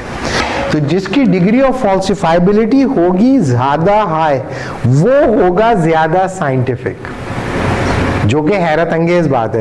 यानी कि आप जो आम आदमियों के लिए तकलीफ दे भी होगी, दुख की भी बात होगी, ये क्या बात हुई, हम तो समझ रहे थे जो तो पॉपेरियन फ्रेमवर्क के अंदर या फॉल्सिफिकेशनिस्ट फ्रेमवर्क के अंदर आपका क्लेम जितना बड़ा होगा, जितना उसके रिफ्यूट होने के इम्कानात ज्यादा होंगे, उतना वो साइंटिफिक समझा जाएगा। और अगर बहुत बड़ा क्लेम होने के बावजूद भी वो रिफ्यूट नहीं हुआ तो इसका मतलब है सच के करीब ही होगा। हम कोशिश कर रहे हैं कि रिफ्यूट हो जाए लेकिन हो नहीं रहा, जैसे तमाम इंसानों का दिल होता है, सही है, ये एक तमाम इंसानों का होगा ही होगा, सही है, उनका भी जो अभी पैदा नहीं हुए, सही है ना। तो ये बहुत बड़ा क्लेम है, लेकिन इसकी डिग्री ऑफ फॉल्सिफाइबिलिटी चूंकि बहुत हाई है इसलिए ज्यादा साइंटिफिक है। और आपको सिर्फ एक आदमी तलाश करना है अरबों इंसानों के अंदर जिसका दिल ना हो। बहुत सारे शायर वगैरह दावा करते हैं, आप चेक कर सकते हो जाके उनका, है तो ये करते भी रहे, ठीक है। तो ये हो गया। लेकिन अब आ जाओ इसके लिए कि साइंस के अंदर पॉपर ये कहता है कि अगर कोई आपने बड़ा क्लेम किया, जैसे कोई बड़ा क्लेम है, जैसे ये क्लेम कि वी ऑल वीट नरिशेस, सही है, वीट जो है, गेहूं जो है, वो नरिशमेंट प्रोवाइड करता है। सदियों से इंसान वीट खाता चला आ रहा है, सही है ना। लेकिन अगर फर्ज किया कि एक नंबर ऑफ केस आपको ऐसा मिल जाए, एक नंबर ऑफ केस अगर मिल जाए कि वीट खाने के बाद नरिशमेंट मिलने के बजाय वीट की वजह से बंदा मर गया, हाँ, तो चूंकि फॉल्सिफिकेशन अकाउंट ऑफ साइंस क्या कहता है, एक नंबर ऑफ केस अगर आपको मिलेगा तो आप थियरी को रद्द कर दोगे। तो अगर एक जगह वीट खाया लोगों ने गांव के, और वीट खाने के बजाय भूखे लगे, भूख थी उनको, और भूख में उन्होंने वीट खाया, और वीट खाने के बाद सब के सब मर गए गांव के लोग।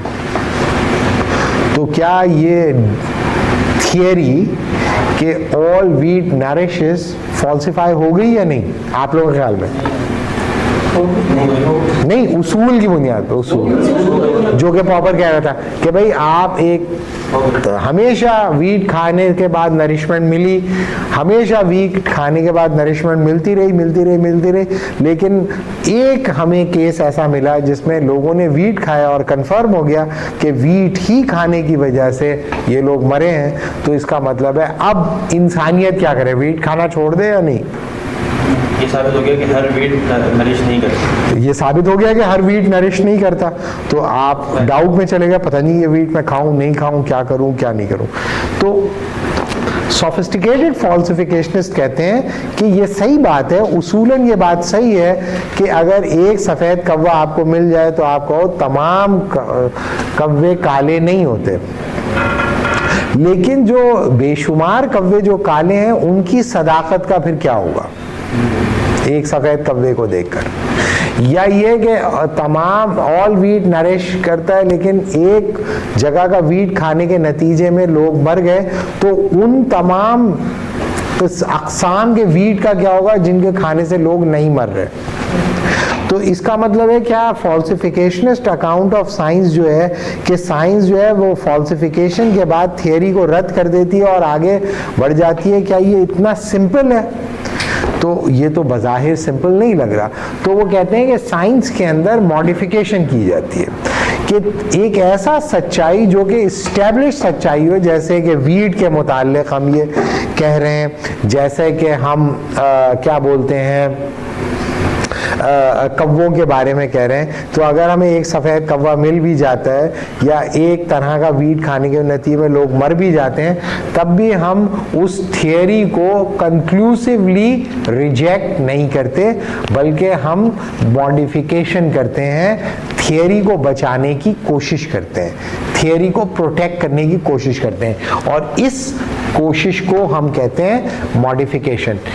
कि आप जो है मॉडिफिकेशन करना पड़ती है कभी कभार एक ऐसी साइंटिफिक थियरी को जो हमेशा वर्क करती चली आई है, लेकिन वो कभी अगर फेल हो जाए एक नंबर ऑफ केस या 2 नंबर ऑफ केसेस की वजह से, तो आप उसको रद्द नहीं करोगे, बल्कि आप एक मॉडिफिकेशन करोगे कि कंडीशन इंपोज करोगे कि थियरी भी बच जाए लेकिन ये जो एनॉमली आई है ये भी रिजॉल्व हो जाए। मिसाल के तौर पे आपने वीट के केस को लिया और एग्जाम्पल भी यही दी हुई है इसने चामड़ ने, इसलिए मैं वही ले रहा हूं कि अब आपको अपनी थियरी को बचाना है कि ऑल वीट नरिशेस। तो आप कहो कि भाई all wheat nourishes except the wheat that has been produced in the specific village of France. All wheat nourishes except the wheat that has been produced in specific village of France। जिस specific village of France के wheat को खाने की वजह से लोग मर गए। इसका मतलब है कराची में जो वीट प्रोड्यूस हो रहा है या सिंध में हो रहा है या यूरोप में हो रहा है या अफ्रीका में हो रहा है वो सब खा सकते हैं। तो ये आपने कर ली मॉडिफिकेशन, लेकिन ये मॉडिफिकेशन साइंटिफिक मॉडिफिकेशन नहीं है। तो मॉडिफिकेशन 2 तरह की होती हैं, एक होती है एडहॉक मॉडिफिकेशन और एक होती है साइंटिफिक मॉडिफिकेशन। तो फॉल्सिफिकेशनिस्ट कहते हैं एडहॉक मॉडिफिकेशन वो मॉडिफिकेशन होती है जो थियरी को तो बचा लेती है, थियरी को तो बचा लेती है, लेकिन थियरी को बचाने के बाद मजीद साइंटिफिक इन्वेस्टिगेशन और एनालिसिस और डिस्कवरीज और रेफ्यूटेशन के इम्कानात पे कदगन लगा देती है और दरवाजा बंद कर देती है। इसका क्या मतलब है कि भाई आप ये सवाल नहीं उठा रहे कि फ्रांस के इस गांव के अंदर जो अनाज उगा था उसके ऊपर पाबंदी लगाने का क्या सवाल है, और दुनिया में दूसरी जगह पे जो गंदम उग रही है उसके ऊपर आप पाबंदी क्यों नहीं लगा रहे। तो ये एक एडहॉक मॉडिफिकेशन है। साइंटिफिक मॉडिफिकेशन की कंडीशन क्या है? साइंटिफिक मॉडिफिकेशन की कंडीशन ये है कि आप एक ऐसी एक्सप्लेनेशन दें जिससे आपकी थियरी तो बच जाए लेकिन नई साइंटिफिक इन्वेस्टिगेशन के और नई रेफ्यूटेशन के इम्कानात पैदा हो जाए। मिसाल के तौर पे आप ये कहें कि भाई ये जो फ्रांस के अंदर जो गंदम पैदा हुई थी इस गांव के अंदर, उस गंदम के अंदर कोई ऐसी चीज तो नहीं है जिसकी वजह से लोग मर गए। मरने की वजह गंदम है या गंदम के अंदर कोई ऐसी चीज है, कहीं गंदम के अंदर फंगस तो नहीं है।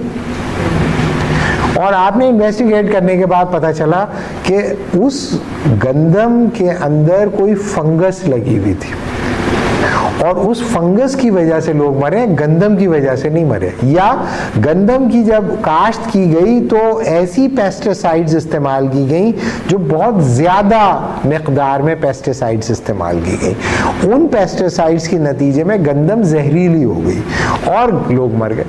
या गंदम जो आपने पैदा की वो तो बिल्कुल सेहतमंद थी, गंदम जो आपने उगाई वो बिल्कुल सेहतमंद थी, लेकिन जिस चक्की के अंदर गंदम को पीसा उसके अंदर लेड की मिकदार बहुत ज़्यादा थी, या जंग की या फेरिक ऑक्साइड की मिकदार ज़्यादा थी, वो आटे के अंदर शामिल हो गई जिसकी वजह से मर गई, तो ये लोग मर गए। तो इसका मतलब ये हुआ कि आप एडहॉक मॉडिफिकेशन करने में साइंटिफिक मॉडिफिकेशन करते हैं कि all wheat nourishes except the wheat which is contaminated by fungus.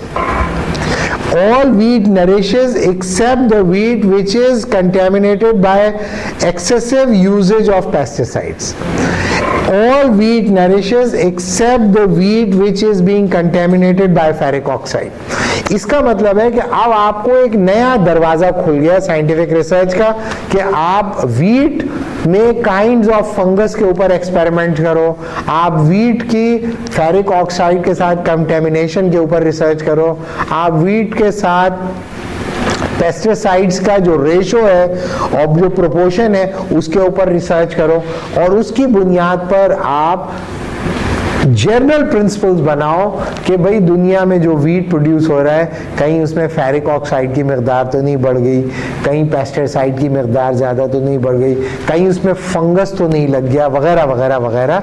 इसका मतलब है साइंटिफिक थियरीज अगर एक दो फॉल्सिफिकेशन आ जाएं तो उसकी बुनियाद पर वो रिफ्यूट नहीं करता, बल्कि उसे साइंटिफिक कम्युनिटी उठा के फेंक नहीं देती, बल्कि उसको मॉडिफाई करती है। और वो मॉडिफिकेशन जो होती है एडहॉक मॉडिफिकेशन नहीं होनी चाहिए। जैसे पानी की एग्जांपल है, पहले दुनिया में समझा जाता था कि मैटर एक्सपैंड व्हेन हीट, मादा एक्सपैंड करता है जब उसे हीट किया जाए।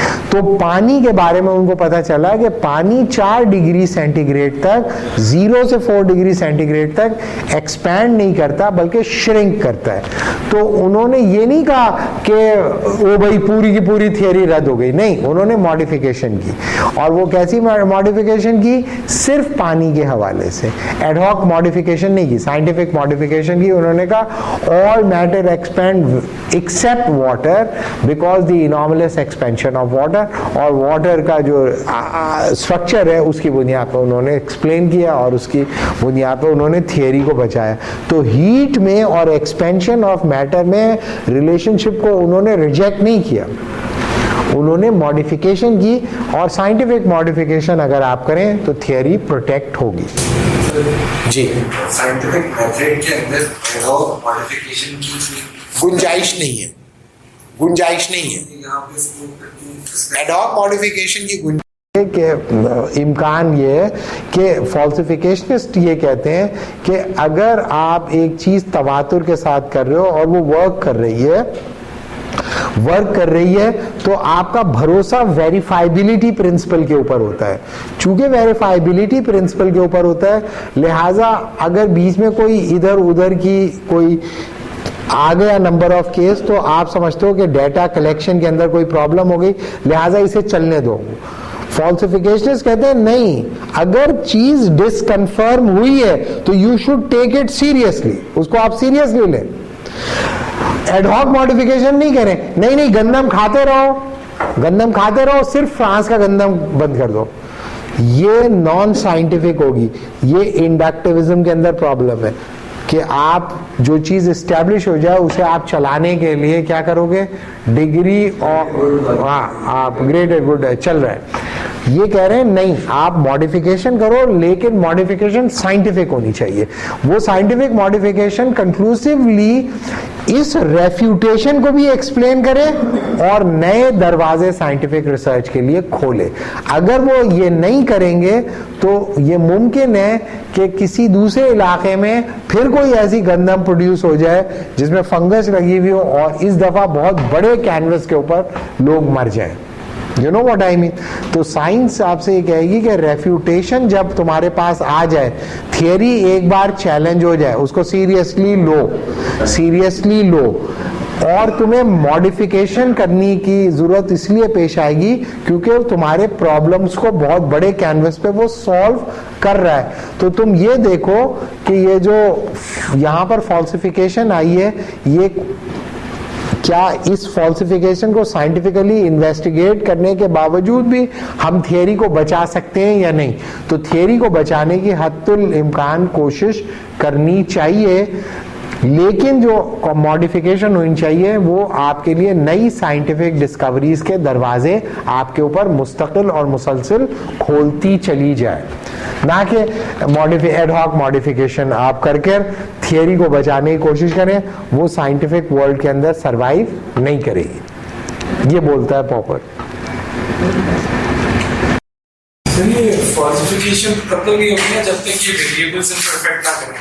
वहाँ पर आपने जो गंदम वाली मिसाल दी, इसमें पेस्टिसाइड्स वगैरह अगर ग्रेड हो या लेड हो, तो ये जो वेरिएबल्स है, तो ये वेरिएबल्स की वजह से जो है वो इफेक्ट फॉल्सिफाई हो रही है, बल्कि फॉल्सिफाई तो उस वक्त होती है कि जब वेरिएबल्स उस पर। जी बिल्कुल। एडहॉक साइंटिफिक मॉडिफिकेशन यही कह रही है कि जो वेरिएबल है वो वीट नहीं है, बल्कि वेरिएबल जो है वो शायद लेड है या फेरिक ऑक्साइड है, तुम डिटेक्ट करो और डिटेक्ट करने के बाद थियरी को बचाने की कोशिश करो कि there is nothing wrong with wheat, there is something wrong with the contamination of the wheat. तो उसको तुम डिटेक्ट करो। तो अगर तुम उसे डिटेक्ट कर लो तो तुम्हें नए दरवाजे खुलेंगे। हर फंगस इंसान के लिए नुकसानदेह नहीं होती, बस इंसान खा ले, इंसान नहीं मरता। तो आपके लिए नए दरवाजे खुलेंगे कि वीट का फंगस के साथ क्या रिलेशनशिप है, फंगस का ह्यूमन स्टमक के साथ क्या रिलेशनशिप है, फंगस का ह्यूमन ब्लड के साथ क्या रिलेशनशिप है। बेशुमार नई साइंटिफिक रिसर्च के लिए आप पे दरवाजे खुल जाएंगे। आपको प्रॉपरली एड्रेस करना पड़ेगा उस फॉल्सिफिकेशन को जो अभी हो रही है, जिसमें आपकी थियरी चैलेंज हो रही है। अगर थियरी चैलेंज हो और आप आंख बंद करो, ये नॉन साइंटिफिक अप्रोच है।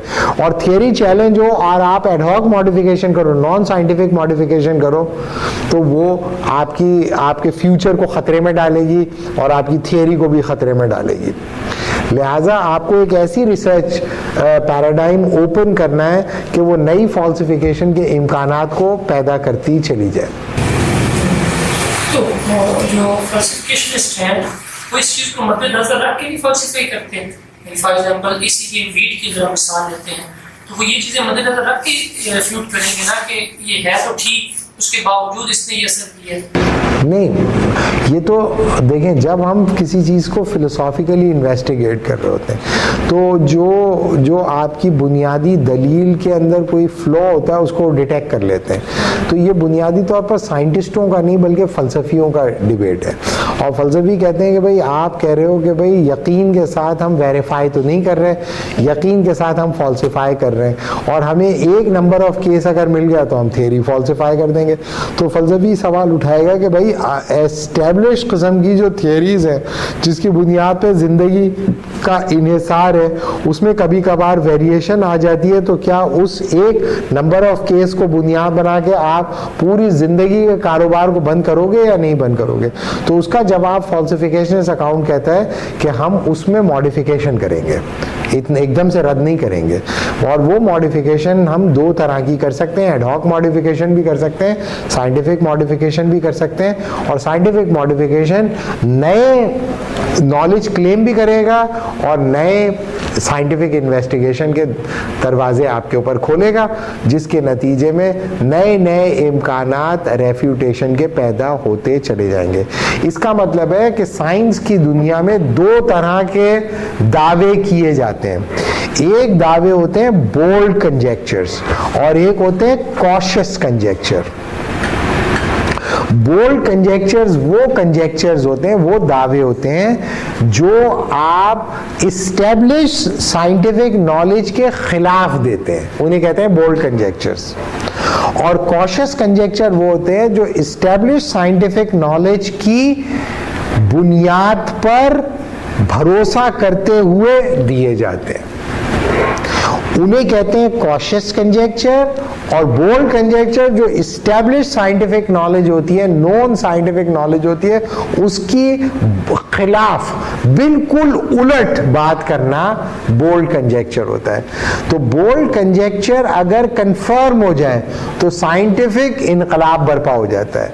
और अगर कॉशियस कंजेक्चर जो साइंटिफिक कम्युनिटी के बुनियाद के ऊपर भरोसा करके दिया गया है, अगर वो फॉल्सिफाई हो जाए तो साइंटिफिक कम्युनिटी में इनकलाब बर्पा हो जाता है। तो कॉशियस कंजेक्चर की फॉल्सिफिकेशन और बोल्ड कंजेक्चर की कंफर्मेशन, दोनों के साथ साइंस तरक्की करती है। कभी बोल्ड कंजेक्चर कंफर्म हो जाते हैं तो इस्टेब्लिश साइंटिफिक नॉलेज रिफ्यूट हो जाती है, और कभी कॉशियस कंजेक्चर डिसकन्फर्म हो जाते हैं तो उसके नतीजे में स्टैब्लिश साइंटिफिक नॉलेज जिसके ऊपर वो खड़ा हुआ होता है वो कोलैप्स कर जाती है। तो दोनों सूरतों में साइंटिफिक इनकलाब, तो साइंटिफिक रेवोल्यूशंस की जो फॉल्सिफिकेशनिस्ट एक्सप्लिकेशन है वो ये कि बोल्ड कंजेक्चर अगर कंफर्म हो गया तो साइंस में इनकलाब बर्पा हो जाएगा, और अगर कॉशियस कंजेक्चर रिफ्यूट हो गया तो साइंटिफिक इनकलाब बर्पा हो जाएगा। तो साइंटिफिक रेवोल्यूशंस कैसे आते हैं? साइंटिफिक रेवोल्यूशन बोल्ड कंजेक्चर्स के कंफर्म हो जाने के नतीजे में या कॉशियस कंजेक्चर के रिफ्यूट हो जाने के नतीजे में इनकलाब आते हैं। मिसाल के तौर पे कॉपरनिकस जब आया और कॉपरनिकस ने आके कहा कि मियाँ दुनिया जो है ना, वो कायनात जो है ना, वो जमीन के गिर्द नहीं घूमती, कायनात घूमती है सूरज के गिर्द। तो कॉपरनिकस ने ये दावा उस वक्त किया था जब उस वक्त की जो नोन इल्मियत थी यूरोप के अंदर, वो इस पे यकीन कामिल था उनका कि कायनात का मरकज और महवर जमीन है।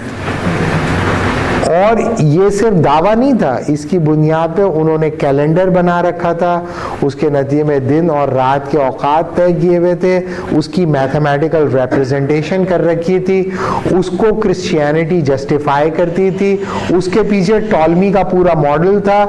ऐसे लोगों ने ऐसी डिवाइस, एक ऐसी चरखी बनाई थी जिसमें ज़मीन स्टैटिक थी, उसको चलाते थे तो सारे प्लैनेट मूव करते थे और ज़मीन स्टैटिक रहती थी, और देखते थे तो वो प्लैनेट उन्हीं जगहों पे होते थे जो वो चरखी बता रही होती थी, जबकि वो ज़मीन को स्टैटिक मानते थे और दूसरे तमाम प्लैनेट्स को उसके गिर्द घूमता हुआ दिखाते थे। ये इस्टेब्लिश नॉलेज थी उसकी। और कॉपरनिकस ने क्या कहा? कॉपरनिकस ने कहा जमीन के गिर्द नहीं घूमता बल्कि सूरज के गिर्द घूमता है। तो ये उस जमाने का क्या था?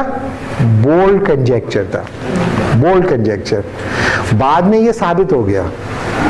टॉलमी का जो मॉडल था वो क्या कहता था? जमीन ही कायनात का मरकज और महवर है और दूसरी तमाम सैयारे और प्लैनेट इसके गिर्द घूमते हैं। तो ये था cautious conjecture. Cautious conjecture refute हो गया और बोल्ड कंजेक्चर कंफर्म, इसलिए साइंस के अंदर इनकलाब बर्पा हो गया। तो ये इसके बाद इसमें जो फ्लॉ है उसको हम जब आगे चलेंगे तो हम बताएंगे। अभी हमारा क्या टाइम क्या हो गया? 9 बजे। हाँ, तो अभी इसको यहीं पे रोक लेते हैं, इसको आप लोग डाइजेस्ट करें, उसको रीड करें, और फिर नेक्स्ट सेशन में पहले मैं क्वेश्चन आंसर्स लूँगा, उसके बाद फिर हम इसे करेंगे। जो चीज़ आपको याद रखनी है, लास्ट क्लास में हमने जो सच निकला था साइंटिफिक थियरी का, वो था सच वो जो अपने आप को साबित कर देता है। आज का क्या है? सच वो है जो अपने आप को रद्द कर देने की बुनियादें अपने अंदर रखता है। उस वक्त तक उसे सच्चा माना जाएगा जब तक कि वो रद्द नहीं हो जाता, और जिस दिन वो रद्द हो जाए उसे छोड़ दिया जाएगा। ये फॉल्सिफिकेशनिस्ट अकाउंट ऑफ साइंस है। सच होता ही वो है जो रद्द हो सके, और जो सच रद्द नहीं हो सकता वो सच होता ही नहीं। समझे भाई? वो सच जो रद्द नहीं हो सकता वो सच है ही नहीं फिर, क्योंकि वो फॉल्सिफाइबल नहीं है। क्योंकि यकीन के साथ आप उसको तजर्बे में नहीं ला सकते। साइंटिफिकली वो सच नहीं है। सही है।